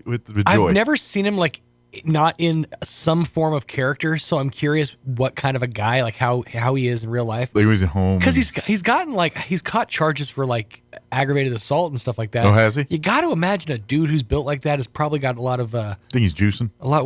Something. He's doing something. Yeah. But like, did you ever see him the episode that he was on Reno 911? I probably did. I just don't remember. And it was literally, he was playing himself, and he basically was throwing a fit in the hotel room for different reasons. And I just wonder, though, sometimes if that's how he is in real life. That's actually him. Right. Like he... what's his real name? Does anybody know? John C. Carrot. I don't really care that much. I was just like... That would have been genuinely awesome if it was. But while I'm looking, you could take an opportunity to thank the fine folks at McDonald's. Yes, I can. Thank you very much. By the way, I would like to see him incognito. Like he's like, I don't want to be recognized because, quite frankly, a man with a big redheaded bush that's jacked up is going to stick out like a sore thumb. You know what I mean? Mm-hmm. So I'd like to see when he goes incognito. But anyway, while he's looking that up, big thank you to the fine folks at McDonald's, as they do each and every single Friday, provide us with delicious breakfast treats. Don't forget to download the app if you haven't. Everyone should have that app on their phone now. But if you don't, put it on there and then start building rewards, getting meals. You can have food delivered to your very place of where you're at. You can swing on through the drive-thru and pick it up and be on your way while everyone else is waiting. Mm-hmm. Or you can baller size walk in and say, I got a mobile order. I want to sit down right over there while my kids play in the playland. And you can do that too. Yeah. It's your friend. And don't forget, they got the deal section. And as you make your first purchases on the app, you start building rewards. And next thing you know, you got a free Big Mac coming your way. So it's a really good deal. So download it, utilize it today. And I think they're still doing the pumpkin cream pies right now. Tis the season. Yeah, and, they haven't switched to the holiday pie, which I'm kind of looking forward to. I'm not a pumpkin guy, but if they're anything like the blueberry and cream, you better grab them up by the which, by the way, bucket load. I'm just giving you the heads up. If my pie calendar is accurate and serves me correctly, we're in pumpkin and cream. Yes. We're going into holiday pie, which, if you remember, is a vanilla custard with sprinkles. Yes. Which is delightful. If they do things the way I'm hoping they do, the next pie that should release in the rotation will be the blueberries and cream pie. Well, if it is, we will all be treated. But could be very wrong because they could put out like a New Year's pie and then for the springtime put out blueberries. But if my guesstimation serves, it's probably going to be blueberry after holiday. Yeah. Like if I had to do this, like if someone said, all right, regardless of era of time, what would be your perfect McDonald's meal? So you could have like anything in the lexicon of McDonald's. I'm talking McDLTs, wraps, all the things in the McDonald's lore that comes out there. And I'm telling you, blueberry cream pie would be in that as my dessert. You know what? I would be my go-to dessert too. I got to ask what your mains are though. See, this is where I'm a little. Because I already got it. See, when I used to work, I'll give you some time to think. When I used to work at McDonald's, which was 2002 through like 2004, give or take, 3, I think. We had this chicken flatbread wrap. Basically. I kind of remember some wraps. It was a chicken flatbread, but it wasn't a wrap. It was just like a big taco, like served like a gyro. Basically. Okay. But it had flat. It was a white meat chicken, and it had this like sauce that we put on it, and that was every single meal my go-to. When we get our lunch, I would always get that. Yeah. We might have been a test market for it because I've never seen them talk about it many other places. Well, but that with the mixed spaghetti. See, I never had and the blueberry. Neither did I. I just want to try it. Yeah. And the blueberries and cream pie. Yeah, blueberries and cream pie, but it's the thing I've been talking about for years. Double fillet? The steak, egg, and cheese bagel. Oh, yeah. That is my favorite thing that they don't have anymore. Bring back the stagel. Yes, the steak, egg, and cheese bagel. And I loved it because the steak was kind of like that steak-o-me steak, and it kind of fell apart. Like it was together, and it just hit me just right with the eggs and the cheese and the bagel. And if you give me that and a blueberry cream pie and a large order of hot fries, that's a meal for me. Oh yeah. And my beverage, Coke Zero. Coke Zero. If I'm going, once they added that to the lexicon. If I'm going any era, I would probably say early 90s or late 90s milkshake, because it was before they went with that whole triple thick shake thing back when I agree with a whipped cream back when you got it in a regular old McDonald's cup that you could actually drink it through a straw. That was when the chocolate shake was the best. That was my favorite shake. Yes, you are correct. I always and then again, every once in a while I do have a hankering for that hot fudge sundae. Like every once in a while I'm just like, it just hits the spot with the nuts and the hot fudge. And you never quite eat it right when it comes out, so it's got the good goo pile at the bottom with the fudge cream mix and the nuts. That's a pretty strong combo for me. So Go extra. I'll dip my blueberry cream pie in that mess. Go That would be extra, good. and then they go topping ice cream topping. That's how they roll the extra. Another thing I'd Good like time to to be try: alive. spicy chicken nuggets with the sweet and spicy jam. Oh yeah, that would be good. Mm-hmm. There you go. McDonald's. I think that would be something I'd like to try as well too. Oh, and also, how you guys missed a real opportunity not calling your picante sauce McConte sauce. I'm kind of mad about that, actually. You mick up everything else. But oh man, gosh, now I want one of them steak bagels. I was thinking about See, now it. got It's your mouth all set up for some steak bagel. bagels. Steak. So good. Yeah. So good. I miss those. There's I don't not know a place in Roswell that does a good bagel sandwich, honestly.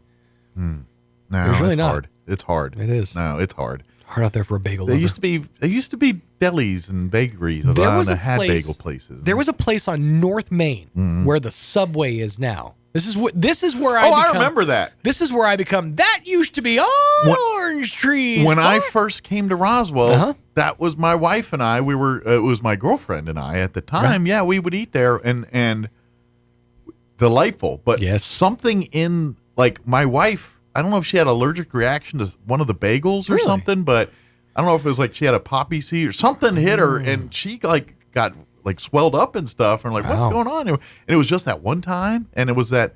So I don't know if it was just something like she had an ET bagel or something that just.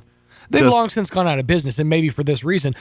So I'm not really. Well, no. I think it was disparaging. Nothing for the food. I think it was Yeah. just a reaction to how you make a bagel, and Right. something in there got her. And I was like, but no, they had like legit is not off the East Coast because quite frankly, East Coast does bagels way better than anybody here. They're just not even like you get Jersey and New York and bagels, and y'all can't talk. It's like Maryland and crab cakes. You go bagels there are way better than you go to a Jewish deli and have a bagel. It's 9 times better than any other bagel you have. We're far off topic now, but have you heard about the new trend in bagels in New York? Something about hollowing them out or something. Scoop bagel. Yeah. It's apparently a big deal. I'm like, you're taking away all of the stuff that makes a bagel a bagel. That's a mental health person trying to rationalize eating a bagel. They're like, well, I don't want carbs. So I'm going to eat up. It's more like a sandwich now. I don't want that. I want a toasty middle. Yeah, you want all that. Yeah. You want the soft inside with the harder outside, and that's the whole beauty of the bagel. That's why they kettle them. Yep. Yeah, 'cause I used to bake bagels.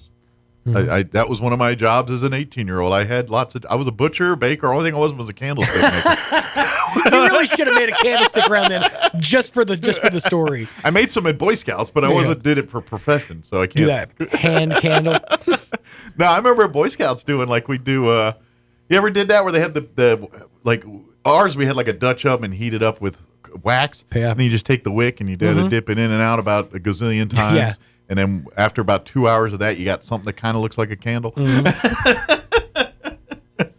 If you didn't do it evenly, it kind of looks like a Duke. Which is always way more fun. And I'm not talking the Duke of York either, or the Hazard Dukes.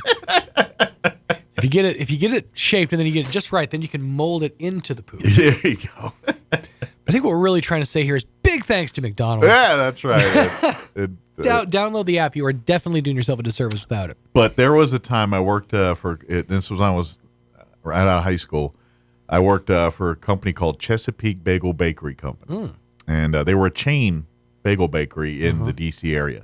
I don't think any of them exist anymore. There might be one, and they were basically like an Einstein bagel. If you all know that, you could get bagels, get sandwiches. They did coffee, espresso, and this was before Starbucks was on every corner. Right. And then they did like you could get breakfast, like you get breakfast bagels with the eggs and all that. And then lunch, you could get like a pizza bagel or a sandwich or bagel and lock or whatever. And dinner is the same way. But anyway, I started there and I was a cashier at first, and I had to make the drinks, which that's why to this day I can make all them lattes and cappuccinos, and I don't like any one of them. But I know how to make them all. Yeah, I didn't know you had that skill to run the espresso machine. Oh, yeah. I fluff it and make your latte, espresso, Americano. I feel like I can now because I watch, YouTube shorts and stuff. I've watched them do the whole thing with the fluff it up and the press. And I feel like I could do it now. Yeah. I would have been, completely dumb to it a decade ago. Plus years. Our guest here? I don't know. I thought I heard voices. I guess not. Maybe they're just my voices. The voices in the head.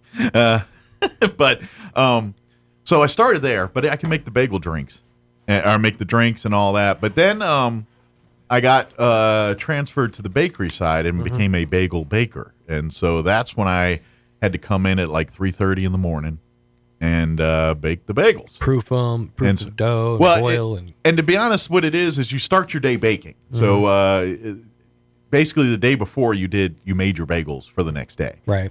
Because they go overnight proof and all that. And so the next morning you come in and then you go into the walk-in and pull out all your sheets of the bagels on the cornmeal sheets. Because that's why, if you notice on the bottom of bagels, it's got cornmeal. They sit on cornmeal sheets. Okay. And then from there, we have a big giant kettle that is probably about the size of a commercialized washing machine, maybe, something that size. It didn't look quite like it, but something that size. Right. And so it was full of boiling water that was boiling. You let it do its thing. It always boiled. And then so you get there, and then you dump your sheet of bagels in there, and you let them boil in that water for about 30 seconds to a minute. And once you do that, you scoop them out, and then you put them on the baking sheet. And then I have a big, giant rotating oven that had 5 different shelves. And then I could put probably 3 sheets of bagels, so probably about 4 dozen bagels maybe on one shelf, on one side or whatever. And then, the rotate, and then they go and rotate around in that thing for about 20, 30 minutes. And I'd shove them out and put them in the bins of which, these are poppy seed, these are the ETs, these are the pumpernickel. And so you had to make up your setup. It's like, okay, because we had 10 or 12 different varieties of bagels. So we had, a basket of each one of those out there. So I had to get a sheet of those. And obviously your plain and your everything, the ones that were more popular, you sold more of, and like your blueberries or your fruit ones or ones that people didn't get as much, you don't make as much of those. Right. And I did all that. So I baked bagels, and then after I was done baking, the bake's done. Then I go in and I make dough, and then I had a machine, the big thing where you pour all the ingredients and it mixes the dough, just stirs it for you. And then I got to take that dough and throw it through this other machine that actually formed it into what you look like a bagel, and then I take it off that machine and make it, and then put it on the sheet, and then put it into the proofer for the next day, and then start the whole process over again. That's time to make the bagel. That's how I joined the military and everything. All to make dough for somebody else. That's right. It's a shame. Well, see, that was because I learned a lot of that job because the guy that owned it was also an auctioneer. And so I used to go on the weekends with him sometimes to do, he'd do auctions. Right. And I'd be that guy that stood next to him and, why he's doing, give me 10 to 20, 20. I'm like writing down who won, who bought what for how much, and I'm going behind him and all that. So I used to make side money doing that. Nice. And, but yeah, that guy did a lot of stuff because he ended up liking me because I showed up on time and, I is this where we uncover the true story of the sodomization of Mike? No. But that was turns out he took me into a warehouse one morning. It was just one of those things that was kind of forming the me before I joined the military and doing life and everything else. But yeah, I did a lot of things before I went in the military and then ultimately am here as a radio guy. I mean, I worked at scout camps and running rifle ranges. I worked at a meat room. I worked at the meat room doing hamburger and stuff at stocking shelves, but also like grinding hamburger and working the deli. I didn't see what else have I done? I've done all kinds of stuff. I had a relatively limited palette of employment before I got here, but little child care, a little bit of lawn care experience. Yeah. I can still cut lenses. I still remember your days days of lens. What do you call that? Optician? It's optics basically. Yeah. But just the cutting of the lenses side of things. And I would never go back to it, but photography is another one. I was never really good. Just sit still, click. I was never good at that. That's right. You did the family portraits, and all which is why I walk funny. Because he's doing pratfalls, make kids laugh. Yeah, every time, and it worked. That's why I kept doing it. He's doing Chevy Chase in there. I'm surprised he doesn't have some form of dysplasia. No. Point, you know? Well, his whole Gerald Ford stuff alone could do it right there. But anyway, I get that. I guess our guest isn't coming. I haven't seen him yet. Let me do this. I have our interview we had with the Chaves County Federated Republican Women. Janine Best joined us talking about their Veterans Day event that's coming up Wednesday of next week. Their big luncheon, all that. They're inviting everybody out. So let's do this. Let's get your weather, take a quick break, and I'll come back, and then we'll do that interview. Don't go away. You're listening to Mornings with Mike Winters. I'm meteorologist Steve Hamilton with your Pecos Valley weather. Some showers, a pretty good possibility, at least until about noon today, and then cloudy and cool this afternoon as cool high pressure moves into our area. Mid to upper 40s is about it on the afternoon high. Lingering clouds and about 40 for the overnight hours. Then we get some sunshine back on Saturday, upper 50s to about 60. It'll be sunny on Sunday with mid 60s. That's your latest forecast. I'm meteorologist Steve Hamilton. In October 2023, Kelvin Kipton set a world record at the Chicago Marathon for the fastest time at 2 hours, 35 seconds. He trained his whole life to accomplish this goal. When he started the race, he was ready because he had disciplined his body to be at his best. 1 Corinthians 9:24-27 says, "Do you not know that in a race all the runners run, but only one receives the prize? So run that you may obtain it." Every athlete exercises self-control in all things. They do it to receive a perishable wreath, but we an imperishable. So I do not run aimlessly. I do not box as one beating the air, but I discipline my body and keep it under control. How is your race of life going? How are you handling the challenges that life brings you? If you are struggling, maybe you haven't prepared well for the race. We at Country Club Road would love to support you and train with you as we run the race of life together. Studying God's Word, praying together, fellowshipping with other runners in the race of life are all great ways to train. Let's train together. Join us at the Country Club Road Church of Christ for worship at 10 a.m. on Sunday, located on the corner of Country Club and Washington in Roswell. The Fergalicious boys can keep you hot this winter.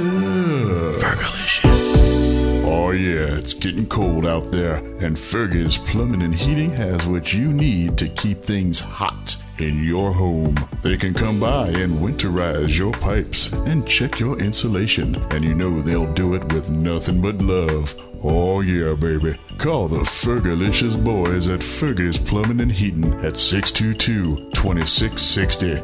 When you need it hot, Fergie's is on the job. Fergalicious. At New Mexico Gas Company, we believe there's money hiding in your home. It's true. It's hiding in your insulation, in your water heater, and in your furnace. And New Mexico Gas Company can help you tap into that money with rebates up to $800 for high-efficiency natural gas improvements. Your energy costs will go down, and your wallet will thank you.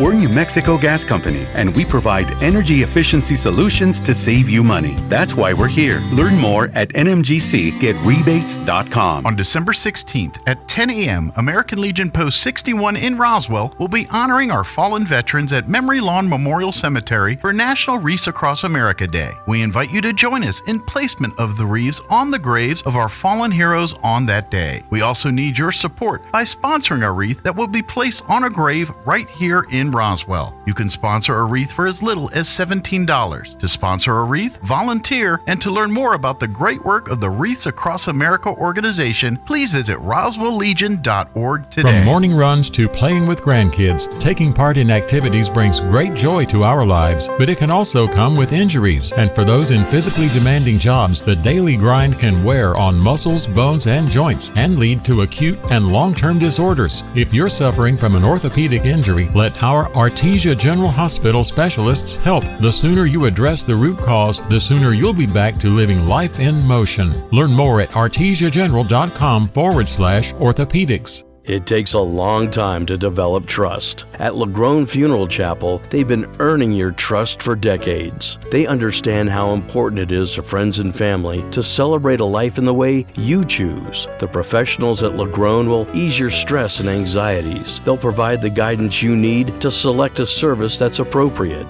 And that's what they've been doing for generations, earning your trust and doing the right thing. LaGrone Funeral Chapel and Crematory, 900 South Main in Roswell. Online at lagronefuneralchapels.com.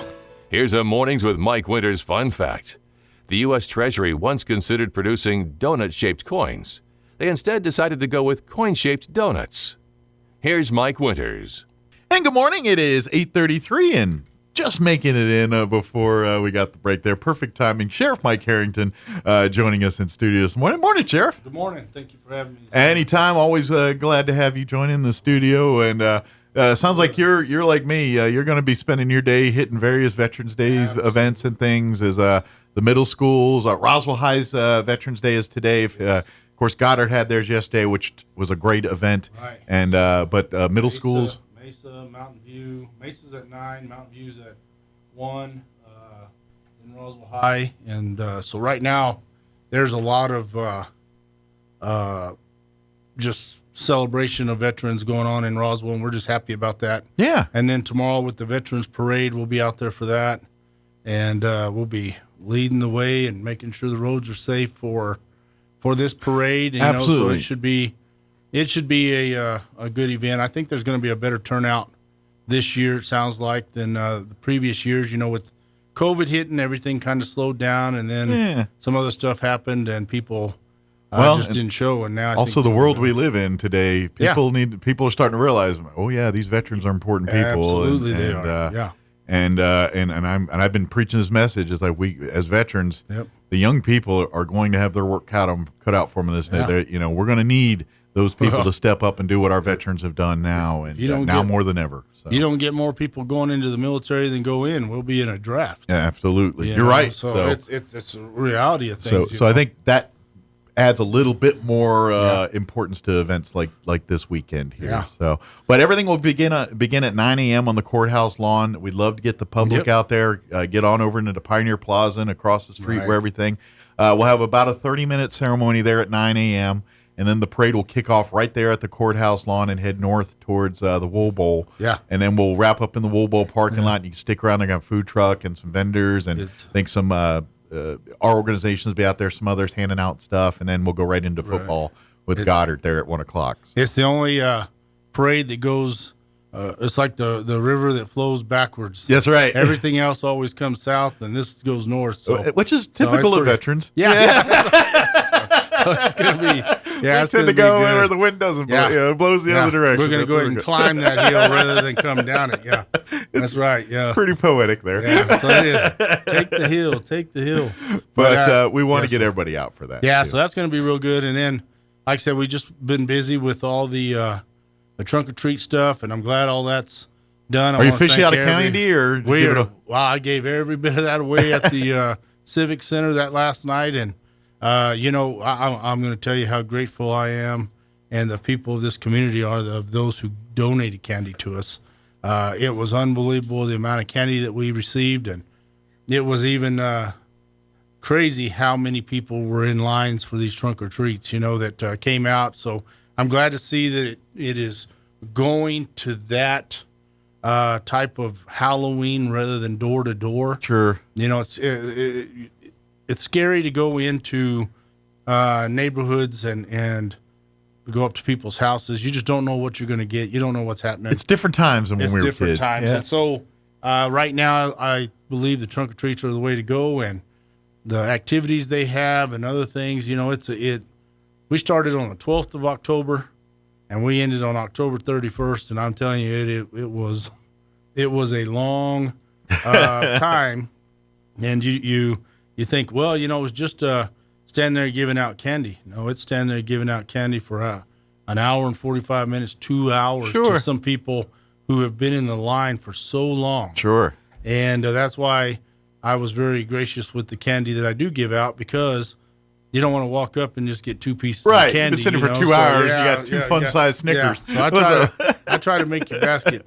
You don't have to go stand in another line, So, but it was really good, and to all the places that put on their trunk or treats, it's just good to see the businesses that are involved in community events. Sure. And so we were happy about all that, and we're always up for anything like that. Absolutely. So now, and at my office, we had Coco set up in our training room, and I had a little trunk or treat event at my office where they just came through. We gave them a lot of candy, and they got to go in there and look at the hard work that my clerks and my administrator had put into this room for Pecos Elementary, because we host Pecos Elementary coming over on Halloween Day, and we give them all candy, and they go down to the rest of the county and get candy and play games. They trick or treat in the whole county building. Yes, huh? they sure Nice. do. So we. So the sheriff's office the best candy, or like I'm gonna tell you, that's commissioner's the best candy. office, clerk's office. Who reigns the? I'm gonna say the sheriff's office. Well, and they can be second. They can tie all for second. But County manager's office ain't giving out good candy.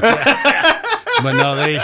So we all did very well. And, good. But with that, now we're moving into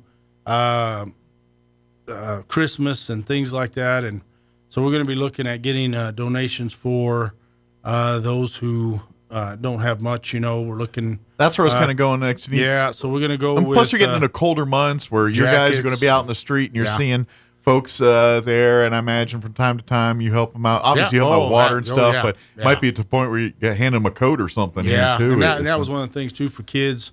We're looking at doing the coat drives, different things right now, because just like today. Roswell is the craziest weather that there is. Yesterday, everybody is still fanning themselves with a little deal, or it wasn't so bad. Then you wake up today and it's cooler. Yeah. It's raining, and with good Roswell wind, it makes it Sure. cold. And if you are a child walking to school or a person who's works outside, you need a jacket. Yeah. So we're and looking to for be things like honest, that. when we talk homeless and that type of thing, this is the more ideal weather for like hypothermia and stuff. Absolutely. You think of the frigid stuff, and sure, Yeah. but you see probably more cases of hypothermia and stuff like this where it's can't get warm, where it went from hot to cold quickly like that, and it's that and moisture wet. Yeah. and wind where there's no place to for the body to get the temp back up, and exactly. that turns it into hypothermia type conditions. So Yeah. so that stuff your sheriff deputies are all looking for. when they're out So in the streets and stuff. we're looking to do a lot of that, and then for Christmas we're gonna decorate up my training room again with something, and we'll have people come through for that as well. So, like I said, we're But if always people want to looking help at doing out, things. come- They sure call the do, sheriff's I'm department, telling the office there, and say, "Hey, I wanted. What can I do?" And Yeah. that way you can help. And it's great when people just bring stuff, but Yeah. sometimes you bring things that aren't as good, and Right. then it ends up to be more of a burden than a help. So, Yeah. so if you don't mind, call the sheriff's department if you got stuff you'd like to donate, clothing or anything like that, and just kind of Yeah. get a green light before you come down there with it, so they can make sure they got a place to put it, Yeah, but exactly. B, it's stuff they can actually Right. really use to give to folks and wherever it's needed. So same thing with the Thanksgiving stuff. We're gonna try to get out a list of people who are, we're gonna try to take them Thanksgiving stuff, and so we're doing a lot of things. But the most important thing that we do is we're out patrolling every day. The guys are out working hard. Sure. My guys are doing a fantastic job right now. I can tell you that we are finding people bringing in drugs, the fentanyl, the other stuff with the canines that we have. We're really, I believe we're making a difference out there. Absolutely. And one thing they know is when they see those sheriff trucks pull up, they know we mean business, and we're not going to mess around. I think too a lot much, of people will be amazed at the things that you see out in the county when it comes to not only drugs and things, but trafficking. Yep. We're in a prime spot for that kind of stuff. And I mean, you heard about the incident in Dexter was about a year or so ago. Right. That's probably the tip of the iceberg is really what it is going on here with the trafficking and stuff. And you it's probably out see of that this more world. so in the county than you do in the city, but I'm sure both departments see some of that stuff. And the city is doing a fantastic job too. Their canine officers, their school resource officers, everybody's doing a great job seeing it, locating it. I just swore in another canine and another canine officer from the Roswell Police Department this last week. And Great. So we have been, I've got them all cross commissioned where they can work out in the county to help us out, and we're helping them. Yeah, the canine units are kind of like pooled resources they really because are. because they had such a specialized skill. And they're not cheap to have and maintain. It's an expensive. I mean, it's a dog and a $12,000 dog, but it's an expensive piece of equipment for law enforcement to have, and so that resource gets pulled if they need it. Yeah. Now, are these dogs? And I always ask us, but are these drug searchers? Are they Yes. search and rescue? They're or? all drug Gotcha. narcotics and drug dogs. Gotcha. We don't have any attack dogs, and we don't want any. Gotcha. Because they seem to attack us more than they attack anybody else. Can the drug dogs also work as search and rescue dogs? Like can their Smith's training some of them help do. for that? Some of them have that, yes. So that is something that we want to get our dogs to be able to do, is to be able to do scent tracking. Yeah, because I figured that's how they work with the drugs. I thought it's not a small reach to have them also search for people and stuff. They can search. I'm watching these canines that we have, and I'll tell you right now, they can walk into a room and they just know it's there. They smell it before they. Yeah, it's crazy how they do, and then they'll jump as high as the ceiling, and they're unbelievable. They're really good dogs. And our noses aren't as good, but if we can smell the drugs, it's probably tenfold. With a dog, we're a little bit more blunt on that. It almost has to be. I mean, obviously, although I would say this, officers are probably more trained to pick it up quicker than civilians. Like you guys probably spot a smell of weed going quicker than most people. Weed obviously is not illegal, but if they're coming up on a car driving and it smells it, you can smell meth. That's illegal. Meth and other things you can smell pretty good. So but like fentanyl, you don't ever want to be able to smell it. Well, that'll kill you. That'll kill you. Yeah. The dog catches on that pretty quick, and it helps. Yeah, because I imagine that could be a risk for a dog too. If it is. They get to sniffing and touching it or getting in contact with it. Yeah. So for us, but as you know, like I know, if a dog comes into contact with it and we lose a dog, but it saved my deputy, then that's okay. It's a sad thing, but human lives are the priority one my here. deputy's life is important. Yeah. But all my canines and all the city canines are all sworn in. They all have commission cards. Good deal. Do they get to go home at night with their officers night. and all that stuff? Yeah. Now, when they're done, do they get to keep those dogs, or do they? I know sometimes that works that way. Sometimes it doesn't. It depends on the age of the dog. Gotcha. So if the dog gets older, sometimes we'll try to do that because. And the reason that is because usually they have their own ailments, by then. But if not, if it's just somebody who is done being a canine officer or moves away or retires or whatever it may be, then that dog goes to another handler. Gotcha. And that's what's good about them not being attack dogs, because attack dogs, right now, it's there's harder. a loyalty base, and you got to kind of earn trust and all that kind of thing. With the narcotic side of it, I think that what we've seen is you can just pass it off to another person who knows how to deal with it, and they can do it. Sure. Yeah. So that's and when we just send the next person to training with that dog, and they learn how to. Okay. I just know when they get old enough, and it's like, all right, it's time to go home with somebody and live out the rest of their lives. Live out their life. Yeah. So that, and I'll tell you right now, these dogs are, I can't even explain to you these. Their little hearts and lungs are just beating 1,000,000 miles an hour all the time. Just even while they're there, they're just ready to go. Sure. So I don't know how long they live, but with that heart working like that, they probably live a while, or not. I don't know. But they're in good shape. But I imagine too, they also are, because like you said, they're the tracking dogs and stuff. So when you bring them out to events and things, they're popular because they're the ones you can pet and socialize with and things. And that's what we do. People like to come and visit with them. And the kids in the schools love them. Yeah. So we go into the schools, we let people know, hey, this is the situation. But one thing right now is with the turmoil and problems that are going on within the city with animals and animal control and dogs and strays and all these things that are out and about. They have this catch and fix and release program, which I'm telling you, I disagree with 100%. Yeah. I have made it very clear to everybody that I know, you don't go pick up an animal and then just take it in, get it fixed, and then go drop it back off. People who have called in that pit bull or that dog running around, or them cats or whatever it is running around their neighborhood, they don't want it back in their neighborhood. Right. And if you don't believe that a neutered dog can bite somebody, I got plenty of reports to prove different. Oh, absolutely. Yeah. If a dog feels threatened, it will bite. It will bite. Whether it's been neutered or spayed or not. So you drop that back off in a neighborhood, then we got a problem there. Yeah. So we can't, but I'm against I'm against that, and I make it very clear.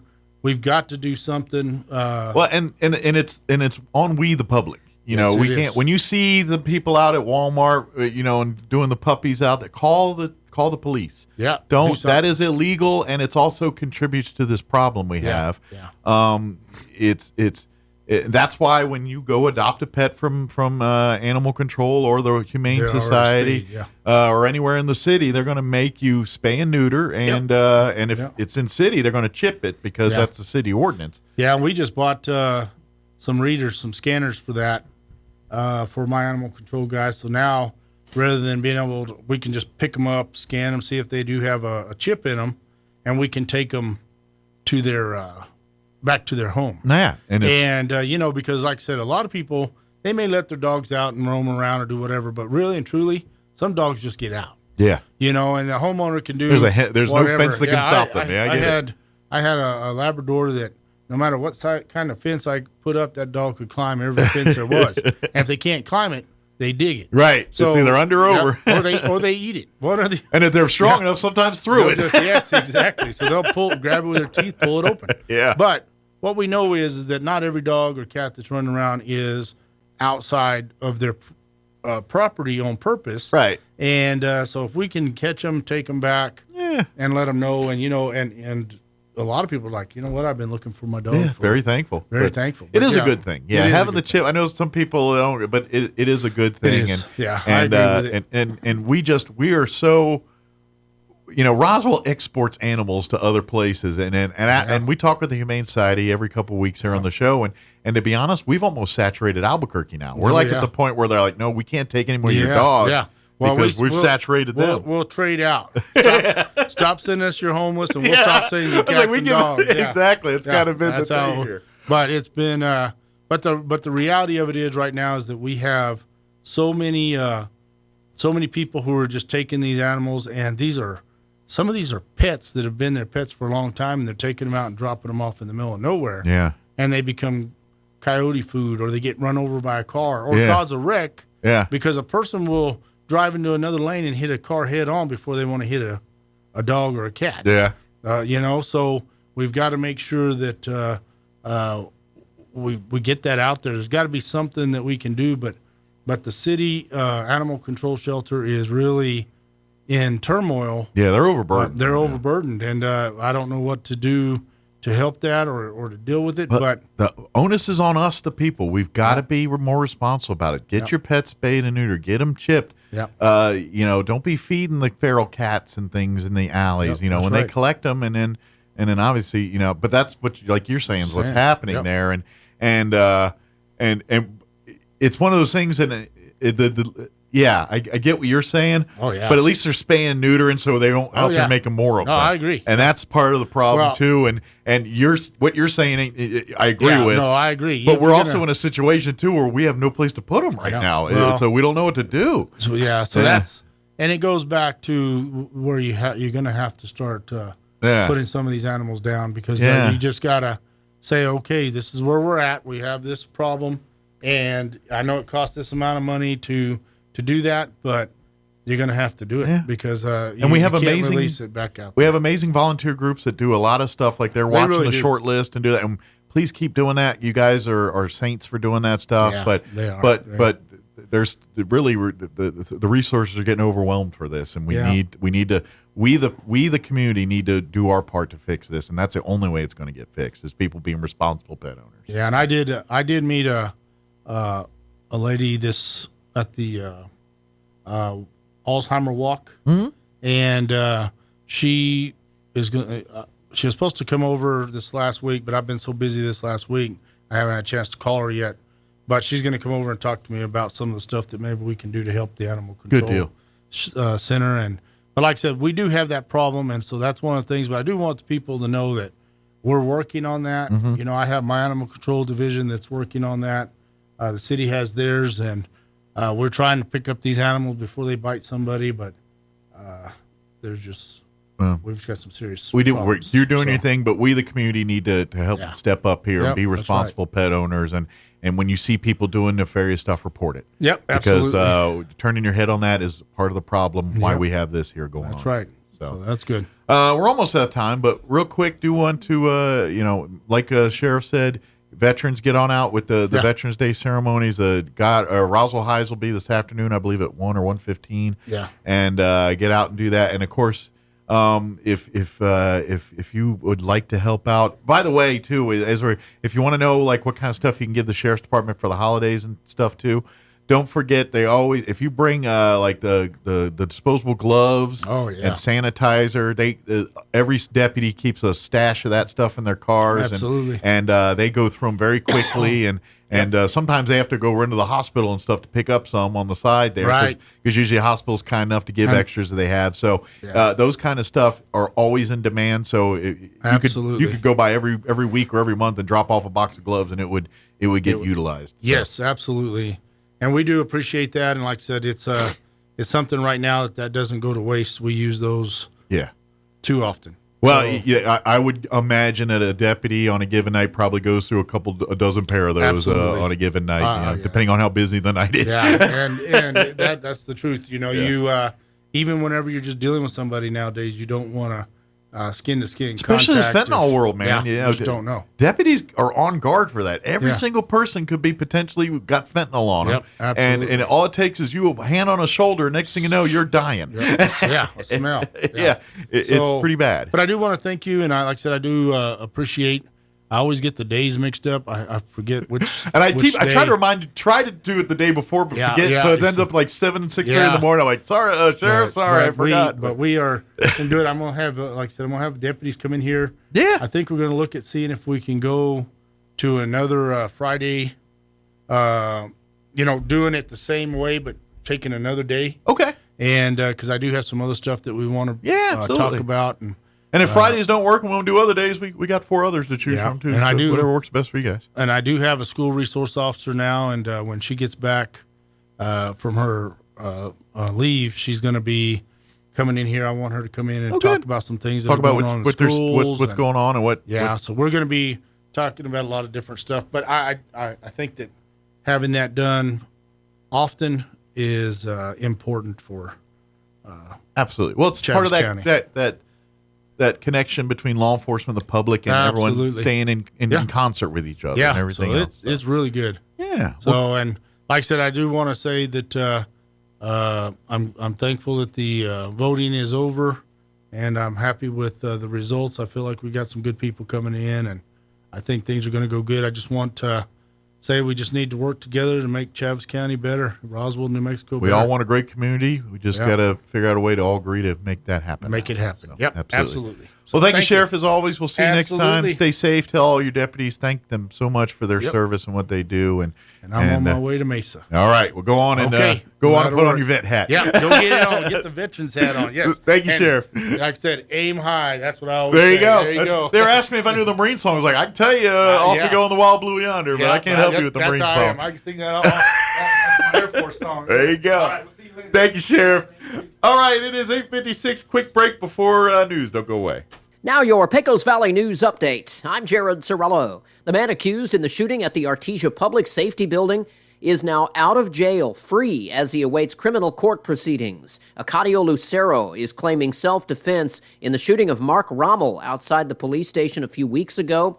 Judge David Finger in Albuquerque allowed Lucero to be released on a $500,000 unsecured bond.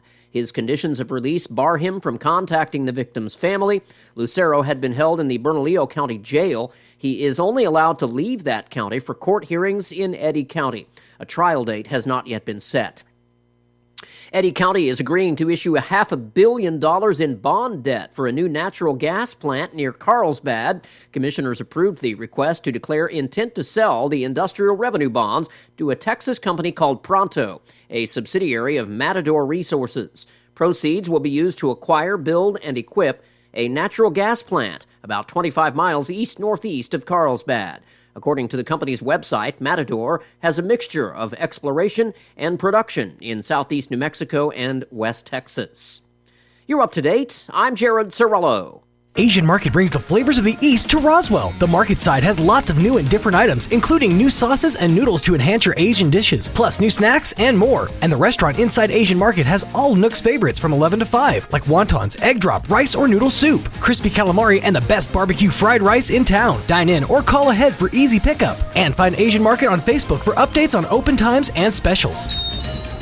Hi, this is Nook. Come see me at Asian Market, 5702 South Main in Roswell. Call 575-840-5309. Rosa, have you decided where you're going to college yet? There's so many choices. I'm still not sure. Well, I've decided to attend the University of New Mexico. It's the only Research One university in the state. It's the flagship, and their academic programs are among the best in the nation. The University of New Mexico?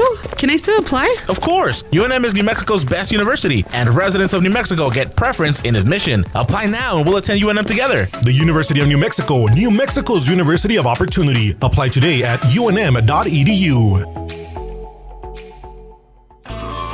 So you think drinking alcohol can't hurt you?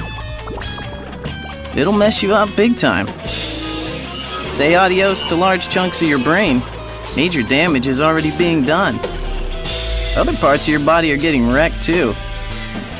Forget about sports, forget about school, forget about doing much of anything.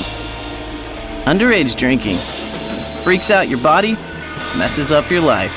Sponsored by the NMDOT. Hugh Hewitt is now in Roswell on 106.5 FM KEND Roswell. And good morning. We're closing in on 9 o'clock. Town Hall News up next. We'll be back on the other side of news. Don't go away. You're listening to Mornings with Mike Winters right here on Roswell's Talk FM. Breaking news this hour from townhall.com. I'm Jeremy House. The White House says President Biden and Chinese President Xi Jinping will discuss a range of regional and global issues when they meet next week in the San Francisco Bay Area. Mr. Biden and Xi will be in San Francisco for the Asia-Pacific Economic Cooperation Summit. With the Israel-Hamas war in its second month, a sense of desperation has strained Gaza's close-knit society. The desperation has even emboldened some Palestinians to vent their anger against Hamas. The Washington Post removes an editorial cartoon after backlash from pro-Hamas readers. The cartoon was based on common knowledge about how Hamas uses human shields in Gaza. The political cartoon, titled Human Shields, depicted a Hamas terrorist with infants, children, and women tied to him as he questioned, how dare Israel attack civilians? Drawn by cartoonist Michael Ramirez, a two-time Pulitzer Prize winner, the caricature was criticized by anti-Israel readers who saw it as a discriminatory portrayal of one of the leaders of Hamas. In response, the opinion section editor, David Shipley, apologized for approving the cartoon and removed it. Tasha Stevens reporting. Speaking Thursday during a panel discussion at the International Monetary Fund, Fed Chair Jerome Powell says the Fed will continue to be cautious when it comes to further raising its benchmark interest rate. We will continue to move carefully, however, allowing us to address both the risk of being misled by a few good months of data and the risk of over-tightening. Some Democratic officials are concerned that Senator Joe Manchin's announcement that he'll not seek re-election next year frees him to pursue a third-party presidential bid. The West Virginia Democrats' announcement opens the door for Republicans to flip the seat. On Wall Street, the Dow's ahead 86 points. More on these stories at townhall.com. Everybody wants cheap airfare, but where do you find it? You call low-cost airlines. Their prices are direct from the airlines, and they're so low you can't find these fares published anywhere. They specialize in cheap flights, discount hotel rooms, cheap car rental rates, and great package deals anywhere around the world. Wherever you want to go, they can help you get there cheaply and with a best price guarantee. If you want the lowest prices on your airline tickets or other travel services, call now. That's right, call. That's the only way to get these rates. Experts are standing by 24/7 to get you the cheapest airfare and hotel rates available. So don't wait. Call right now for the lowest travel prices anywhere and for great last-minute travel deals too. Call 866-755-5300. That's 866-755-5300. Again, that's 866-755-5300. Call us right now. French conservative leader Marine Le Pen is being criticized over her plans to attend a weekend march to protest rising anti-Semitism in France. Le Pen's critics say that her party has failed to shake off its anti-Semitic heritage despite growing political legitimacy. Prime Minister Elizabeth Borne, numerous political parties and citizens are to attend the Sunday march. Le Pen says she and her National Rally Party also will be there in what some see as an attempt to leverage the Israel-Hamas war to make herself more palatable to mainstream voters. The government says Le Pen's party does not have a place in what is dubbed as a grand civic march, but a spokesman says that the march is public and that everyone is free in his conscience to participate or not. I'm Charles de la Desma. Internet access across the war-torn nation of Yemen has collapsed. It's remained down for hours. News and analysis at townhall.com. Hotel workers at Wynn Resorts in Las Vegas won't be going on strike as planned today. The Las Vegas Hotel Workers Union has reached a tentative deal with Wynn Resorts, preventing a strike that was set to begin today. The new 5-year contract follows deals made earlier with casino giants Caesars Entertainment and MGM Resorts. The union says the contracts will provide more than 35,000 workers at 18 properties with historic pay raises and other unprecedented wins, such as mandatory daily room cleanings. The union had bargained for more than 7 months, and the tentative deals must still be approved by the rank and file. I'm Donna Warder. A federal judge in Florida has declined for now to postpone former President Donald Trump's classified documents trial. U.S. District Judge Eileen Cannon pushed back several pre-trial deadlines. More on these stories at townhall.com.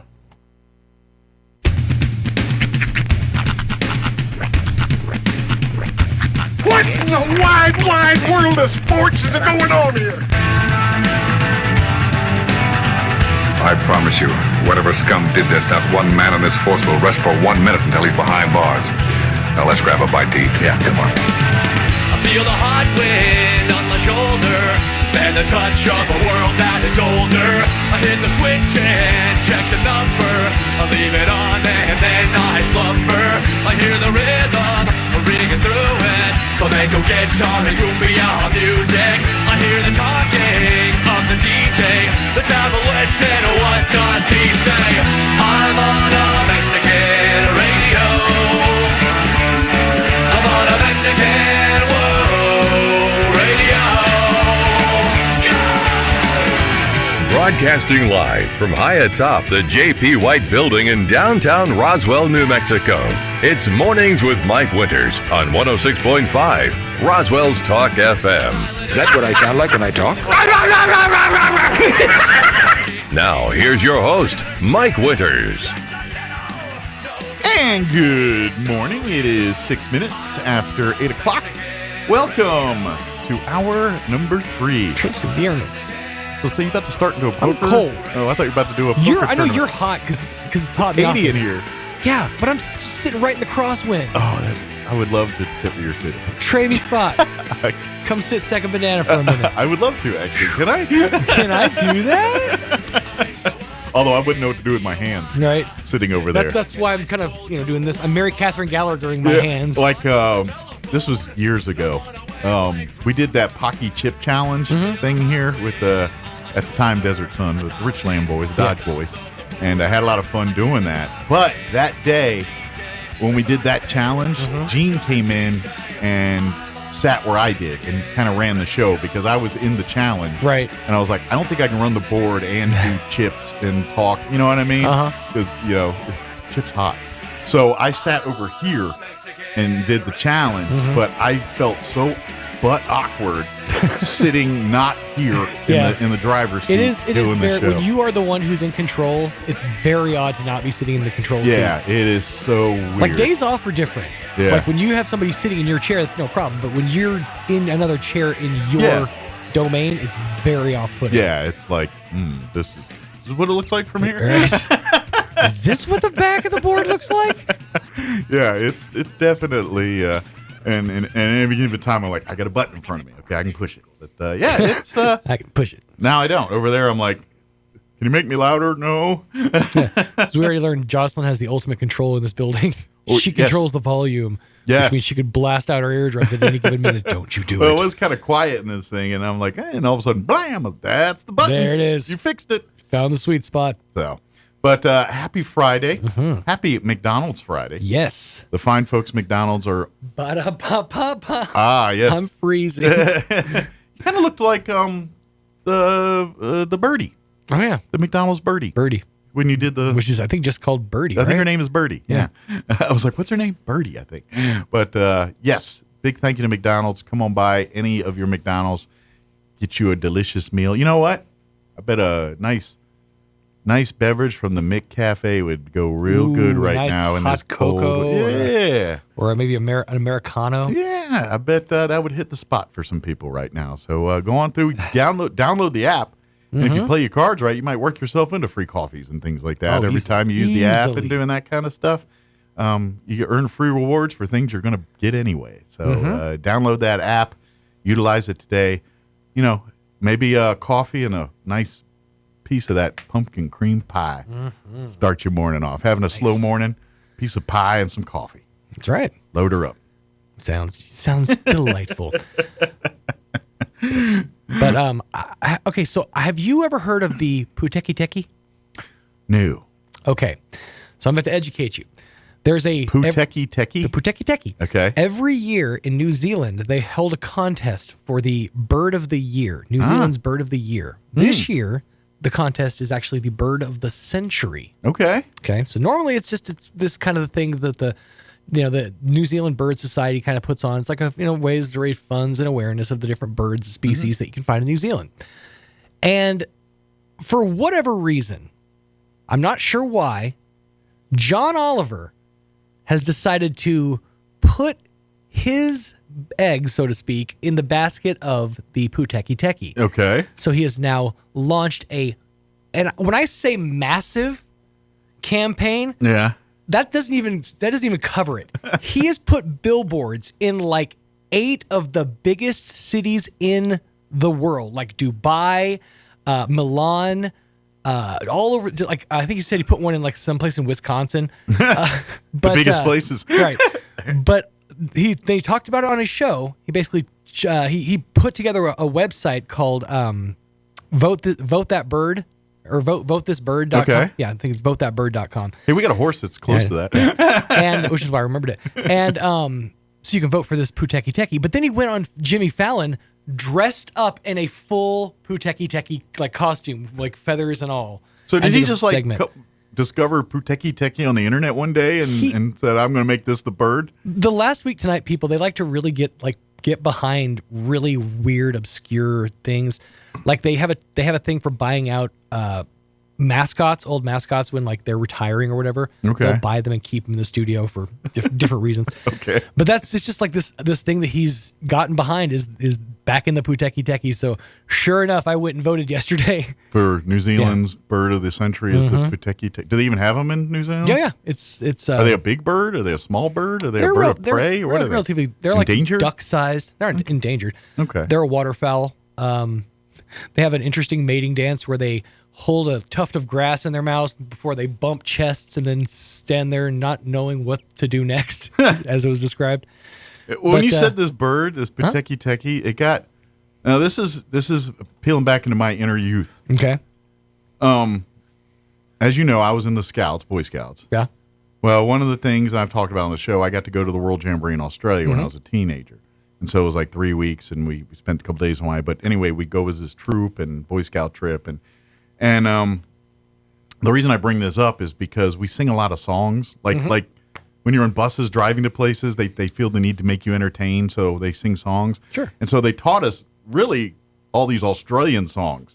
That's why I know things like Waltzing Matilda. And well, there's one that was big here in the States that wasn't Australian or New Zealand. It's the Kookaburra Sits in the Old Gum Tree. Well, that's what I was about to say. That's where I was saying that was when you started talking about that.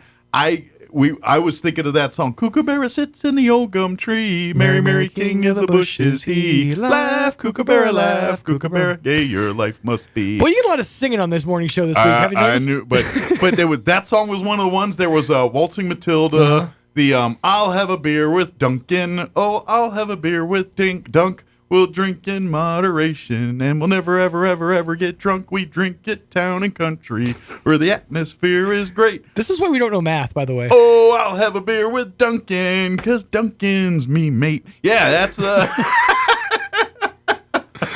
Yep. I knew all these songs, and we sang these Australian songs, and so when you're doing the whole thing, all I could think of was Kookaburra sits the whole in the Gum Tree song, and I'm like, yeah. That's, but they said last year's Bird of the Year won with 2,800 votes. He says, I'm pretty sure we can sweep that. No, we can take it. Yeah, so go ahead and vote for Bird. Just when's Google. When's the voting closed? You know, I think it's like a couple of weeks. Like maybe the end of the month or something. But yeah, just Google New Zealand Bird of the Century, and it'll take you to a place where you can vote. Or just look for John Oliver Bird. That's what I just did. And it'll come up. And you'll find it. It made it pretty easy on you. All right. Well, whatever. I'm just curious, like what started it? What brought it on? Yeah, I really don't know. Like, are they sitting in some production meeting and this comes up? How does that happen? It's probably a lot of that. I think a lot of it is the writer strike just ended, and they're like, all right, so now what do we do? We have all this pent up energy. Yeah. Where do we put it? I think also it's because normally it's the Bird of the Year, but for this year they're calling it the Bird of the Century. So I think maybe to get that official title. Got it. And it's like a guerrilla marketing campaign too, because all of a sudden, a whole sect of people that don't really think about or know John Oliver's show, the Bird people, now they're talking about it. So it's pretty genius guerrilla marketing. Someone's getting paid by it. So, yeah. Oh shoot, I forgot completely what I was going to say there. I was going to talk about something else in that deal, and then it just completely. Yeah, the Pateki Teki will do that to you. It does. One does that all the time. It is 9:14. We are scheduled to have Bob Power join us. I guess Bob's not here, right? No. Yeah, nobody's here. But they got a veterans dinner tomorrow.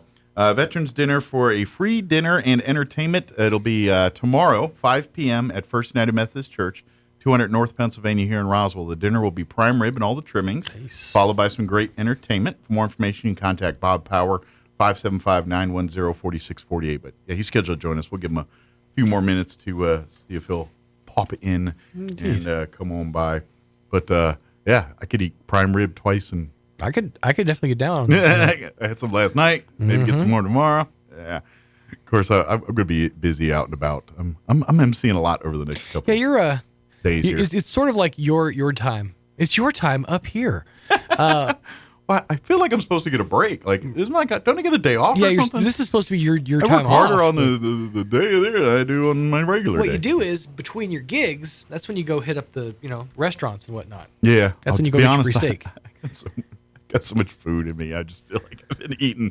I feel like I've been eating for the last 2 days for some reason. And like yesterday, of course, we had our coaches show, and then the Delicious Dion's Pizza shows up. I'm like, I'm eating so much food, but I can't pass up a piece of pizza. All right, I'll eat the pizza. Here's the thing. I go through some days where I get to the end of the day, I'm like, did I actually eat anything today? Yeah. And so I think on the days where food presents itself, I'm like, yeah, all right, I'll load up. I'm a food camel. And then like the opposite.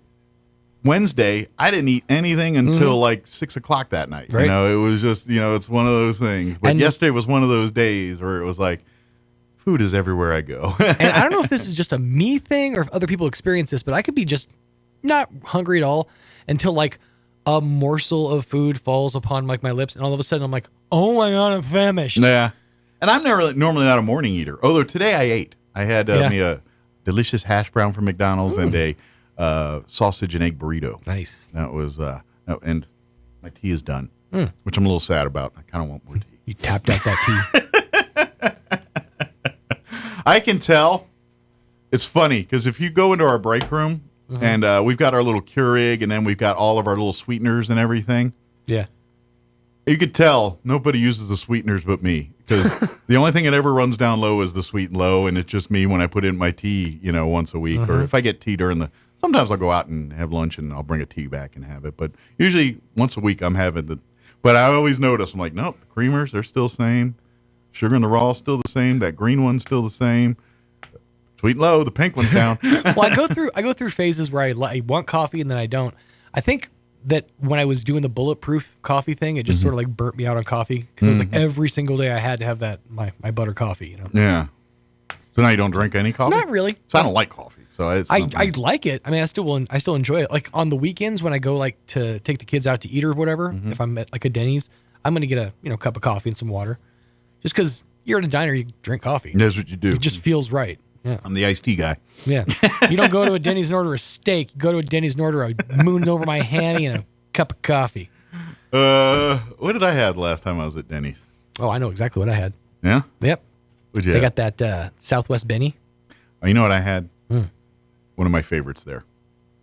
All breakfast, the lumberjack slam. Oh, yeah, nice. It's got everything. It's like, I don't know what I want for breakfast. I know I'll have everything. Give me the lumberjack slam. There's a scene in Parks and Recreation where where Ron Swanson is sitting at the table and he goes, "Bring me all the bacon and eggs you have."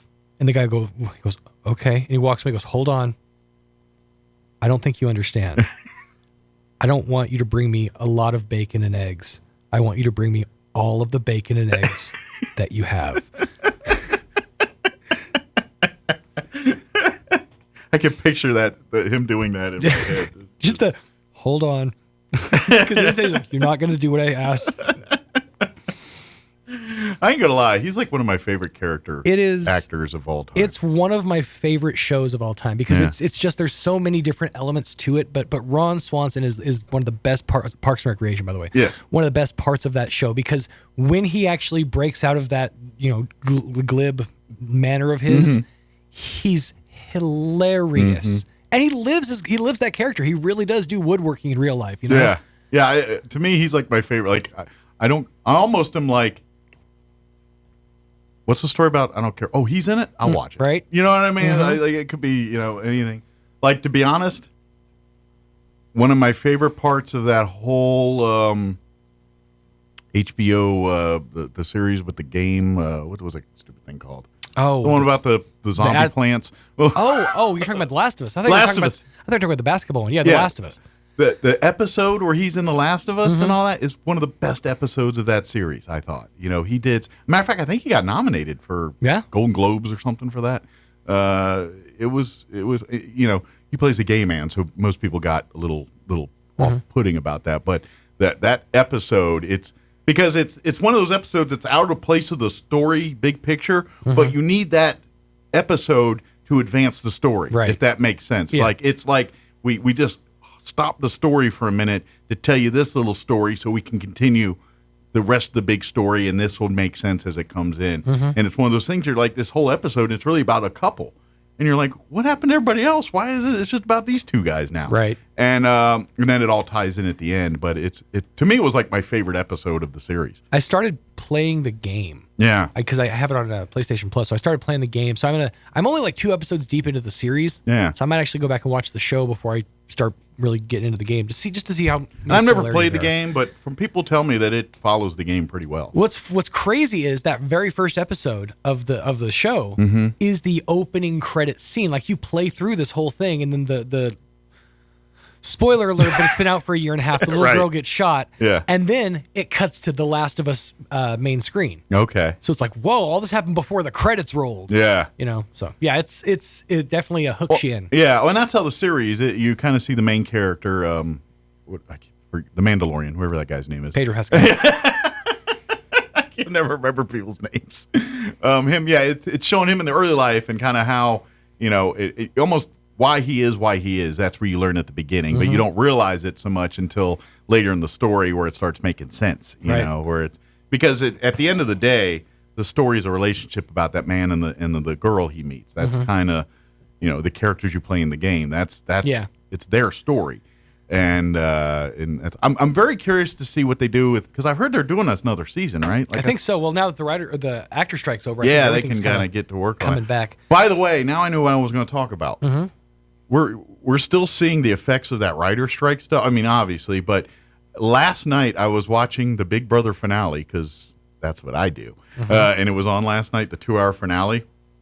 But I've noticed some advertisements and some other programming that's coming up that's a direct impact of this writer strike stuff. Yeah. And for the first time ever, and I'm not sure if this is going to be good or awful, but I'm going to watch it because it's what I do. They're doing like a Big Brother Christmas thing in December where it's going to be like a 6-episode deal, and it's like like different. I'm not sure if it's going to be like Big Brother, but it's supposed to be like former Big Brother contestants, right? Some of the bigger names, and I'm not sure if they're going to live in the house for 2 weeks and play Big Brother in a Christmas version, or if it's them doing Big Brother events but not living in the house. I'm not sure. Well, you said 6 days, so I figured it's 6 episodes is what they said. Okay. So I don't know how many days it is, but 6 episodes. Okay. That they're going to air. So I don't know if they're going to put them in the house for 2 weeks and maybe during do 3 Christmas? episodes a week or something. It's first part of December 10th. They debuted it. I think I want to say somewhere around September 8th or December 8th or 9th or something like that. But anyway, so that's and they would never do that. No. And I'm like, but the other thing that of course, if you don't know, they've been showing Yellowstone, the first season of Yellowstone on Sunday on CBS. On CBS, yeah. And they usually do 2-hour blocks of it. So it's usually 1 or 2 episodes, depending. Well,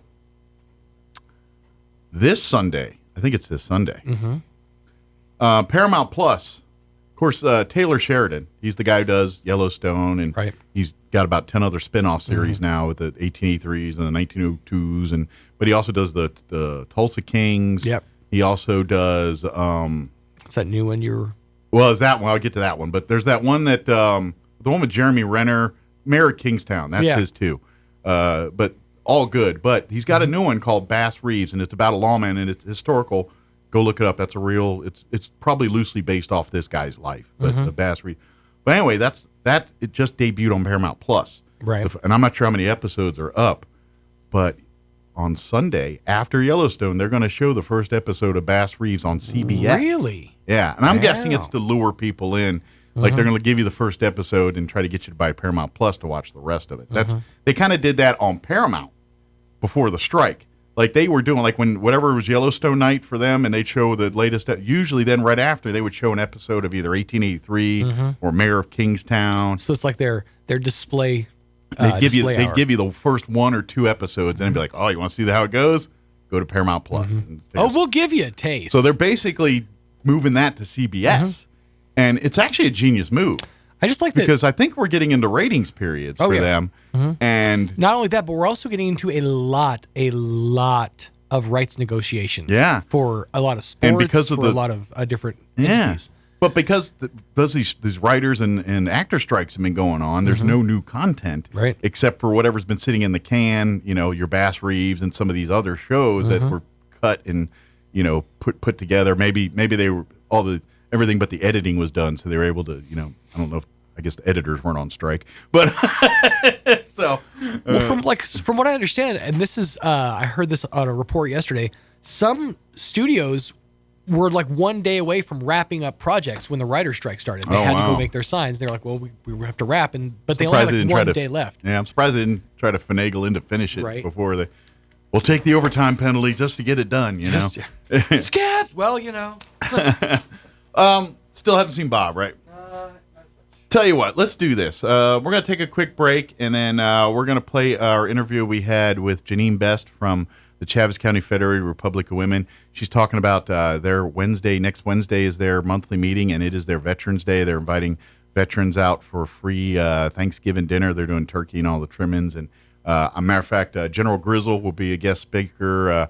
I will also be speaking, but General Grizzle is the real draw. I'm just going to fill 10 minutes and delicious meal. But we'll play that interview here in just a bit. But Bob wants to invite folks out to Veterans Dinner tomorrow. It's at First United Methodist Church, 200 North Pennsylvania. The dinner is going to be prime rib with all the trimmings, followed by some great local entertainment, and completely free for veterans. Bring a loved one. And if you have questions, want more information, contact Bob Power, 575-910-4648. Again, that's 575-910-4648.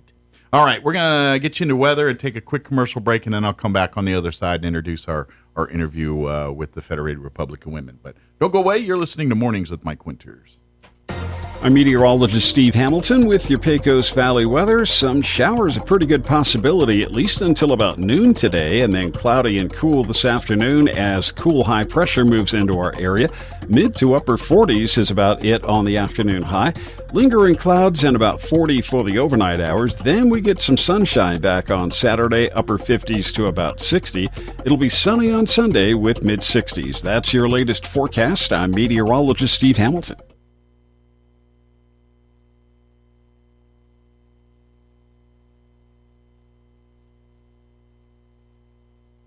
Wakefield Oil Express has the highest quality service in Roswell with a 17-point full-service oil change that includes a full wash and vacuum at their car wash. You won't find a better deal. They also offer full synthetic oil changes, fuel and cabin filter replacements, and will even check your battery. Their tunnel wash isn't afraid of dirty vehicles. They have the best value wash in town with free vacuums. They even offer wash passes that can be used for multiple vehicles. Next time you need your oil changed, go to the fast and efficient Wakefield Oil Express and let them earn your business. 3204 North Main, Roswell. Check out the pre-Thanksgiving savings you'll find this week at your local Farmers Country Market. Assorted boxes of Food Club cake mixes are 79 cents each, and select varieties of Betty Crocker brownie mix are 5 for $5. In produce, 2-pound bags of juicy mandarins are $2.79 each, and extra large green seedless grapes are $1.99 a pound. In the meat department, Cook's Shake portion bone-in hams are $1.67 a pound, and all sizes of grade A honeysuckle white turkeys are $1.59 a pound. These are just some of the pre-Thanksgiving savings you'll find this week at your local Farmers Country Market. Minutes after 7 o'clock. Veterans Day is Saturday, this morning November from the 11th, and the community is invited to Roswell's Veterans Day ceremony and parade, beginning at 9 a.m. on the Chavez County Courthouse lawn. After the ceremony, the parade will head north up Main Street and end at the Wool Bowl parking lot, where you're invited to join us for food, information, and fun. Financial sponsorship is still needed for this year's event. Sponsorships of $500 or more will include your business and all of the marketing. Please visit roswelllegion.org to be a sponsor, and you can also visit our American Legion table at the event. Thank you for supporting our veterans. It's time once again to celebrate the magic of the holiday season at the 42nd Annual Holiday Magic Arts and Crafts Show, Friday and Saturday, November 17th and 18th at the Roswell Convention Center, featuring a variety of unique handmade creations by artists, artisans, and crafters from New Mexico, Texas, and Arizona. There's fine art, jewelry, woodwork, women's and children's apparel, leatherwork, Christmas decor, sweet green chili, and much more. This year's featured artists, Judy and Bruce Buckman from Las Cruces, displaying their embroidered sweatshirts, purses, aprons, and Christmas decorations. Enjoy pumpkin rolls and cookies by Deborah Lucas, delightful mini donuts by Karen Hendrick, coffee and soda by Sodalicious Beverage Buggy, to delicious meals prepared by Eli's Bistro, Bubba's Pit Stop, and the Fry Bread Lady. Proceeds benefit the Assurance Home, the First Tee of Southeastern New Mexico, Christian Outreach Ministries, and Roswell's local high schools. Admission is $3. Children under 12 are free. Celebrate the 42nd Annual Holiday Magic Arts and Crafts Show, November 17th and 18th at the Roswell Convention Center. In October 2023, Kelvin Kipton set a world record at the Chicago Marathon for the fastest time at 2 hours, 35 seconds. He trained his whole life to accomplish this goal. When he started the race, he was ready because he had disciplined his body to be at his best. 1 Corinthians 9:24-27 says, "Do you not know that in a race all the runners run, but only one receives the prize? So run that you may obtain it." Every athlete exercises self-control in all things. They do it to receive a perishable wreath, but we an imperishable. So I do not run aimlessly. I do not box as one beating the air, but I discipline my body and keep it under control. How is your race of life going? How are you handling the challenges that life brings you? If you are struggling, maybe you haven't prepared well for the race. We at Country Club Road would love to support you and train with you as we run the race of life together. Studying God's Word, praying together, fellowshipping with other runners in the race of life are all great ways to train. Let's train together. Join us at the Country Club Road Church of Christ for worship at 10 a.m. on Sunday, located on the corner of Country Club and Washington in Roswell. Here's a Mornings with Mike Winters fun fact. Due to extreme pressure and weather conditions, it literally rains diamonds on Neptune and Uranus. Stop snickering because I said Uranus. Here's Mike Winters. And good morning. It is 31 minutes after 7 o'clock, and joining us in the studio this morning from Wednesday, the Chavez County Federated Republican join Women. us from I could do that one Chavez breath County now. Federated Republican Women, and next Wednesday is the monthly meeting for the Federated Republican Women, and this month, for the month of November, they're honoring our veterans. It's dedicated solely to veterans. We're going to have some great guest speakers, and me. I don't include me in the great. And they're doing turkey dinner that day, Thanksgiving meal with all the trimmings and all that good stuff. But if you're a veteran, if you get a hold of Janine or the Chavez County Federated Republican Women, tell them your name and your rank and your date of service, they will get you a free meal and invite you to come on out Wednesday. But here is our interview we had with Janine earlier this week from the Chavez County Federated Republican Women. Enjoy. And good morning. It is 31 minutes after 7 o'clock. And joining us in studio this morning from the Chaves County Federated Republican Women, I could do that one breath now. That's amazing. Janine Best back with us. Good morning. How are you today? Good morning. How are you this morning? Doing good. Now, I got to ask, did you feel the earthquake last night? I did. You did? I Okay. did. I felt deflation. I missed everything. I slept right through it. I stood behind a friend and went out and just sat. Yeah. Yeah.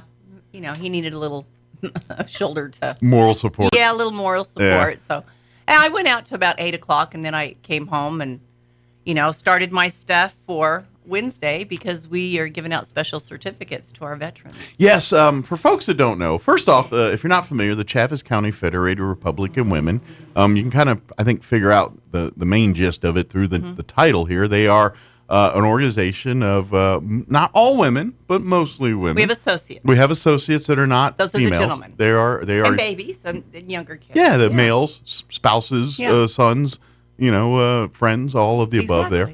But and they do twofold. Well, first is obviously supporting and helping and notifying and educating the public about candidates for the Republican Party and the agenda of the Republican Party and promoting that. That's kind of mission one. Yes. But the other side and support the candidates there right now. Obviously, when primary season hits, kind of play Switzerland. Yeah, and that's our biggest. We have to play Switzerland. Yeah, and kind of support everybody. But then once we get past primary season, then they fight hard for the Republican candidates. Correct. The other arm of the Chaves County Federated Republican Women is the outreach side, where they work with youth and scholarships and work with other local organizations and helping them achieve their missions that they're trying to do.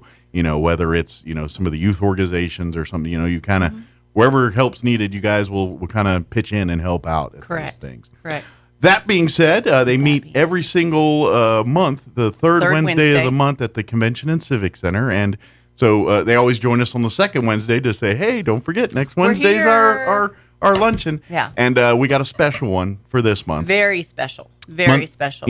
Obviously this Saturday is Veterans Day. Don't forget, there's going to be veterans assemblies going on in our schools all week long here. Goddard's is tomorrow. I think Roswell High's is Friday.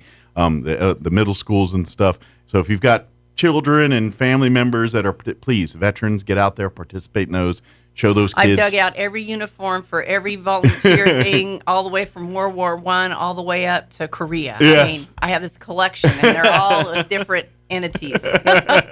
So please support those. But next week, for the Federated Republican Women's Monthly Meeting, it is honoring veterans and Veterans Day and Veterans lineup. Month here, really. Yeah, we've got a good lineup. It's pretty amazing on our lineup. We have General Grizzle. Yes, he will be our guest speaker, main guest speaker. Main guest speaker. Yes. We also have Nimi Color Guard. Yeah. And we have Matt Miller, who's going to play his bagpipes for us. Awesome. And we also have yours truly. I will be speaking for a few minutes. Yeah, we've got which yours reminds me, truly. I was supposed to get a bio to someone. I forgot to me. do that. Yeah, I got to do that. So you've got, what, 15 minutes to make I got to it? fill it out. I got to do that. I got sidetracked. Yeah, the bright light gets me every now and then. We also are giving out certificates and special little gifts. We also cabbaged onto Peachtree this year. We're going to go over there and do a small presentation to those guys over there. So bring it to them. If they can't bring come, it to them because their bus isn't big enough to bring it to us. Good deal. It's Good a deal. complete meal. Good deal. You guys get Although everything I bet they free. eat pretty good over at Peachtree. Oh. I've seen some of the food there, so it's. I follow them, and they look like they have fun over there. I'm like, how old do you have to be to get in there again? Amen. Amen. Amen. I ain't gonna lie. There's days of like, can I just move now in my 50s and just leave to get me a rocking chair, give me a little bit of your sports update, and I don't know if I have time for Kim Commander or not, but we'll try to work that in as well. Don't go away.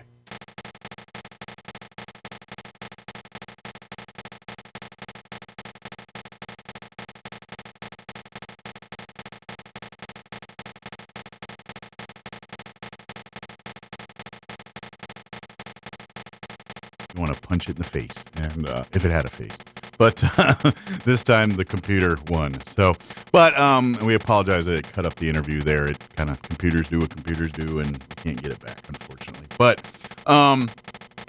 next Wednesday is the Chaves County Federated Republican Women's monthly luncheon, and they always meet that third Wednesday of the month about 11:30. RSVP if you're veterans, RSVP everybody, but if you're a veteran, you'll get a free meal that day. Everyone else, I believe it's $16, something like it, very affordable. It's a full Thanksgiving meal, and if y'all gone out to eat a meal anywhere, $16 is on the low end for food costs for a lunch nowadays. But so you get a full Thanksgiving meal for that. But RSVP by going to the Chaves County Federated Republican Women's Facebook page. You can shoot a message through there or call if you know a Federated Republican woman member. You can just reach out to them and they'll make sure you get covered. But for veterans, go to that page or call Janine. And all they need is your name, your rank when you and the years of service, and a branch, obviously, of service. And they will have a meal waiting for you and invite you to come on out. It's going to be a great meal. About 11:30 is on the meal, and then they'll have some guest speakers. I know General Grizzle's one of the guest speakers. I think a couple others, and I've been asked to talk for a few minutes as well too. So I'll keep it brief, even though I'm a windbag. But that's next Wednesday at the Convention and Civic Center.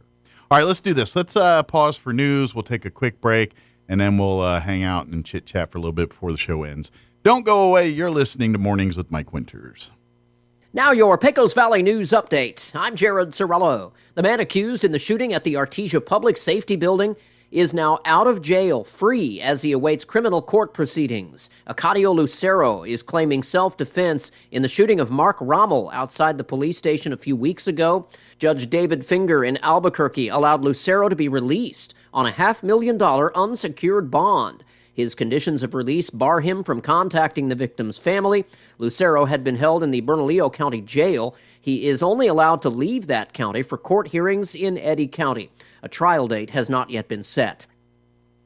Eddy County is agreeing to issue $500 million in bond debt for a new natural gas plant near Carlsbad. Commissioners approved the request to declare intent to sell the industrial revenue bonds to a Texas company called Pronto, a subsidiary of Matador Resources. Proceeds will be used to acquire, build, and equip a natural gas plant about 25 miles east-northeast of Carlsbad.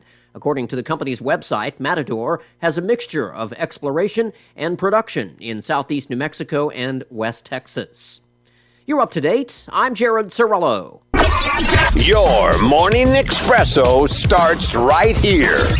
It's the Sean Hannity Morning Minute. So now that we have these subpoenas that have been set out for Hunter Biden and for Joe Biden, for Joe Biden's brother, Joe Biden's son, and one of their business associates, my sources are telling me that the list is about to get a hell of a lot longer by tonight. And I believe tonight we'll have James Comer on. But it really gets into the other news about how the FBI has been weaponized and how the DOJ has been politicized. And, now we're learning they apparently had a behind closed door interview with David Weiss, and David Weiss confirmed that everything that the IRS whistleblowers had said is absolutely positively true. The Sean Hannity Show from coast to coast later today. More than 200 fire department jurisdictions trust the Knox entry system to provide secure access to buildings, elevators, and control rooms when seconds matter. Now, businesses, schools, airports, several industrial applications are also using Knox entry to manage controlled access and authorize service activity for critical assets. Now, Knox entry allows you to develop a customized access strategy complete with an audit trail and rapid flexibility. Just go to Knox.com for more information. That's KNOX.com. Finding great candidates to hire can be like, well, trying to find a needle in a haystack, but not with ZipRecruiter. Its powerful technology actively finds and invites qualified candidates to apply to your job. So while other companies might deliver a lot of hay, ZipRecruiter finds you the needle in the haystack. See why 4 out of 5 employers who post a job on ZipRecruiter get a quality candidate within the first day. Try ZipRecruiter for free at ZipRecruiter.com/free. That's ZipRecruiter.com/free. Free. I'm meteorologist Steve Hamilton with your Pecos Valley weather. Some showers, a pretty good possibility, at least until about noon today, and then cloudy and cool this afternoon as cool high pressure moves into our area. Mid to upper 40s is about it on the afternoon high. Lingering clouds and about 40 for the overnight hours. Then we get some sunshine back on Saturday, upper 50s to about 60. It'll be sunny on Sunday with mid 60s. That's your latest forecast. I'm meteorologist Steve Hamilton. With the Wall Street Business Report, I'm Jeremy House. The White House says President Biden and Chinese President Xi Jinping will discuss a range of regional and global issues when they meet next week in the San Francisco Bay Area. Mr. Biden and Xi will be in San Francisco for the Asia-Pacific Economic Cooperation Summit. Differences over U.S. export controls on advanced technology, Taiwan's upcoming election, North Korea, the Israel-Hamas war, and more are expected to be on the agenda. The British economy flatlined in the third quarter of the year. The Office for National Statistics said growth in the July to September period was zero compared to the previous 3 months. Despite the uninspiring figure, the quarterly income was slightly ahead of analysts' expectations for a modest decline in output. For the Wall Street Business Report, I'm Jeremy House. Veterans Day is Saturday, November 11th, and the community is invited to Roswell's Veterans Day ceremony and parade, beginning at 9 a.m. on the Chavez County Courthouse lawn. After the ceremony, the parade will head north up Main Street and end at the Wool parking lot, where you're invited to join us for food, information, and fun. Financial sponsorship is still needed for this year's event. Sponsorships of $500 or more will include your business and all of the marketing. Please visit roswelllegion.org to be a sponsor, and you can also visit our American Legion table at the event. Thank you for supporting our veterans. Oasis Computers has been Roswell's trusted source for home and small business computers for over 30 years, and they continue to be your best resource for computer repairs, operating system upgrades, web root managed, antivirus, special orders, and more. Oasis Computers is now open from 8 to 1, Monday through Friday to better serve you. Service calls by appointments and after-hour appointments are available too. Stop by Oasis Computers at 1703 North Garden or call or text 575-625-9141 for even faster service. It takes a long time to develop trust. At LaGrone Funeral Chapel, they've been earning your trust for decades. They understand how important it is to friends and family to celebrate a life in the way you choose. The professionals at LaGrone will ease your stress and anxieties. They'll provide the guidance you need to select a service that's appropriate. And that's what they've been doing for generations, earning your trust and doing the right thing. LaGrone Funeral Chapel and Crematory, 900 South Main in Roswell. Online at LaGroneFuneralChapels.com. Martine's Capital Cafe in Roswell offers authentic and highly rated New Mexico food. Explore their amazing menu featuring huevos rancheros or asado with eggs or their green chili stew. And you can't forget their award-winning green chili cheeseburger, all made from scratch using their finest and freshest ingredients. Open for carryout with curbside delivery or limited dine-in. Just call ahead 624-2111. Martine's Capital Cafe, always pleasing the most refined palate. Open Monday through Saturday from 6 a.m. to 8:30 p.m. at 110 West 4th in Roswell. In October 2023, Kelvin Kipton set a world record at the Chicago Marathon for the fastest time at 2 hours, 35 seconds. He trained his whole life to accomplish this goal. When he started the race, he was ready because he had disciplined his body to be at his best. 1 Corinthians 9:24-27 says, "Do you not know that in a race all the runners run, but only one receives the prize? So run that you may obtain it." Every athlete exercises self-control in all things. They do it to receive a perishable wreath, but we an imperishable. So I do not run aimlessly. I do not box as one beating the air, but I discipline my body and keep it under control. How is your race of life going? How are you handling the challenges that life brings you? If you are struggling, maybe you haven't prepared well for the race. We at Country Club Road would love to support you and train with you as we run the race of life together. Studying God's Word, praying together, fellowshipping with other runners in the race of life are all great ways to train. Let's train together. Join us at the Country Club Road Church of Christ for worship at 10 a.m. on Sunday, located on the corner of Country Club and Washington in Roswell. Pressure Services, LLC in Artesia, New Mexico has immediate openings for experienced vacuum truck, kill truck, and hydrovac operators. Operators must hold a Class A CDL, at least 2 years of experience, and all positions require a clean driving record and must be able to pass a DOT drug and alcohol screening. Pressure Services offers great pay with IRA benefits and employer contribution towards health benefits. Please apply in person at 2702 North Freeman in Artesia, New Mexico. Equal Opportunity Employer. It's time once again to celebrate the magic of the holiday season at the 42nd Annual Holiday Magic Arts and Crafts Show, Friday and Saturday, November 17th and 18th at the Roswell Convention Center, featuring a variety of unique handmade creations by artists, artisans, and crafters from New Mexico, Texas, and Arizona. There's fine art, jewelry, woodwork, women's and children's apparel, leatherwork, Christmas decor, sweet green chili, and much more. This year's featured artists, Judy and Bruce Buckman from Las Cruces, displaying their embroidered sweatshirts, purses, aprons, and Christmas decorations. Enjoy pumpkin rolls and cookies by Deborah Lucas, delightful mini donuts by Karen Hendrick, coffee and soda by Sodalicious Beverage Buggy, to delicious meals prepared by Eli's Bistro, Bubba's Pit Stop, and the Fry Bread Lady.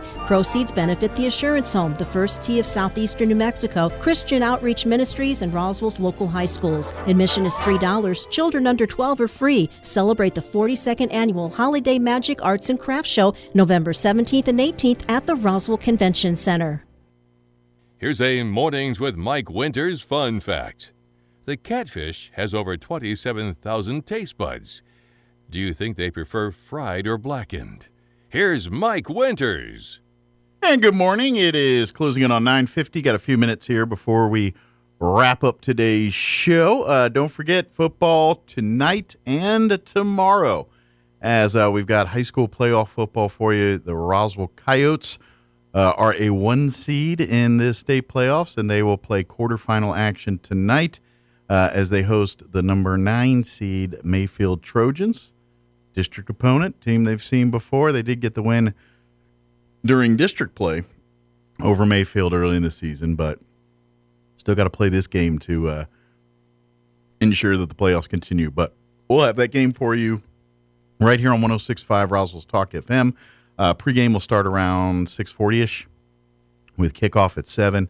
We'll have Art Sandoval and Kelly McDonald. They're going to be at the Wool Bowl tonight calling that game for you.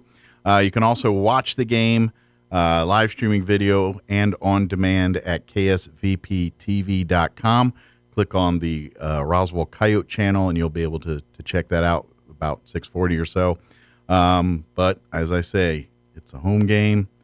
Pack that Wool Bowl, playoff action, make it a true home game experience for our Roswell Coyotes, and pack that stadium tonight with a sea of Coyotes fans out there. And then tomorrow, the Goddard Rockets will be in action as they are the 4 seed, and they will be taking on the 5 seed Deming, the Deming Wildcats, and that game will be tomorrow at 1 p.m. at the Wool Bowl.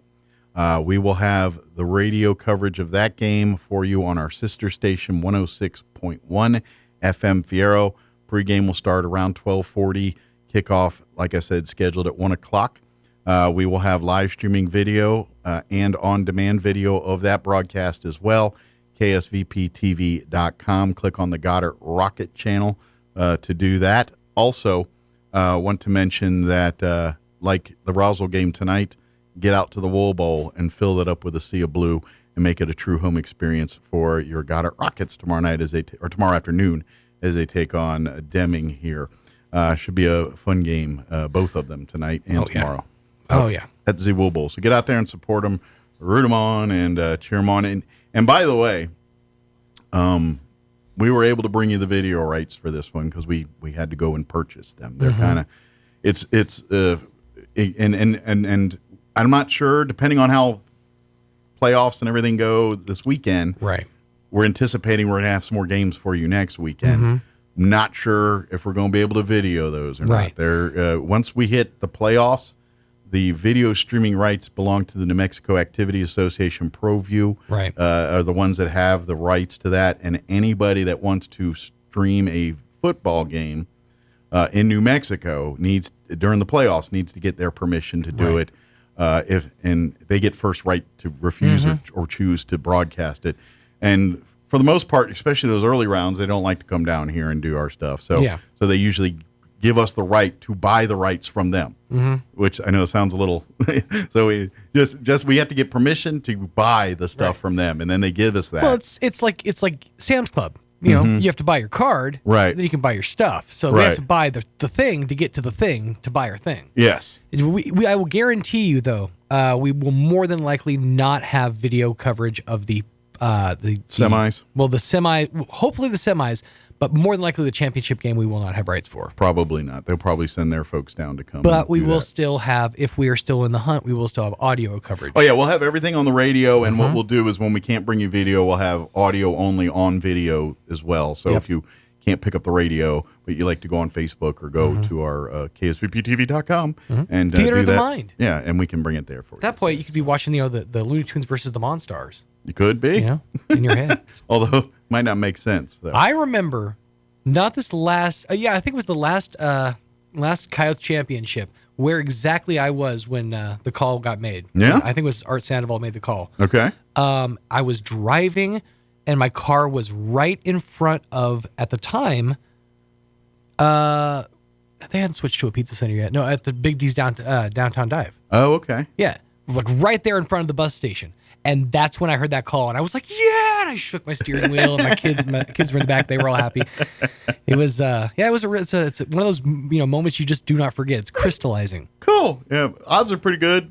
I'm sitting in a studio like this at some place or someone other at one of these games because usually that's what I'm doing. But I also remember in 2001, was it 2000? Okay. It was either 2000 or 2001. Was that long stretch of no championships, and they had that one with Dontrell Moore. I was at that game at Piedra Vista, up in Farmington, freezing in the stands. Yeah. But sure enough, it looked dire too. In the middle of into the third quarter, like 4 minutes left in the third quarter, we were way down. Yeah, and then we just took over and just ruled the field. It was great. It was one of those just amazing moments. I don't know why that reminds me of it's a story that Gene tells. It's not my story, and but it makes me laugh, and I'm leaving out details because again, it's not my story. But apparently, this was years ago. It was state football championship. Artesia's in the finals against St. Pius. Ooh, and the game was at the Bulldog Bowl, and I can't remember. There was some kind of weather that was going on, and at that time we had Tom Churchill as our weather guy. Which, peeling back the curtain, Tom Churchill was a guy that lived. He's no longer with us. He's passed. But Tom Churchill was a guy that lived in like Barbados, and he was avoiding tax evasion actually. Hence the reason he was in Barbados or Caribbean or Central America. He was someplace. One of those non-extraditable states. Not the United States. But he created this, and this is years ago before the technologies of today. He created this weather program that the computer would go and get the weather forecast off the internet or whatever. And then Tom Churchill basically recorded thousands of single words. High, low, hot. And this program puts all of his words together based off the forecast off the internet, and it makes a forecast with Tom Churchill. Now, it sounds a little robotic, but if you didn't know, you'd be like, Tom Churchill just sounds kind of machine-like, but but it was like, hi, I'm Tom Churchill. And so anyway, that day he was reporting the weather, and it was like snowy or windy or rainy or something. And anyway, the superintendent at the time or somebody was like basically upset because St. Pius actually won the game, and weather came into play, and he got mad at Tom Churchill because of the weather, and he legit like was mad at Tom Churchill. And then Gene, just to throw salt in the wound, basically said, "Oh, by the way, he's Catholic." And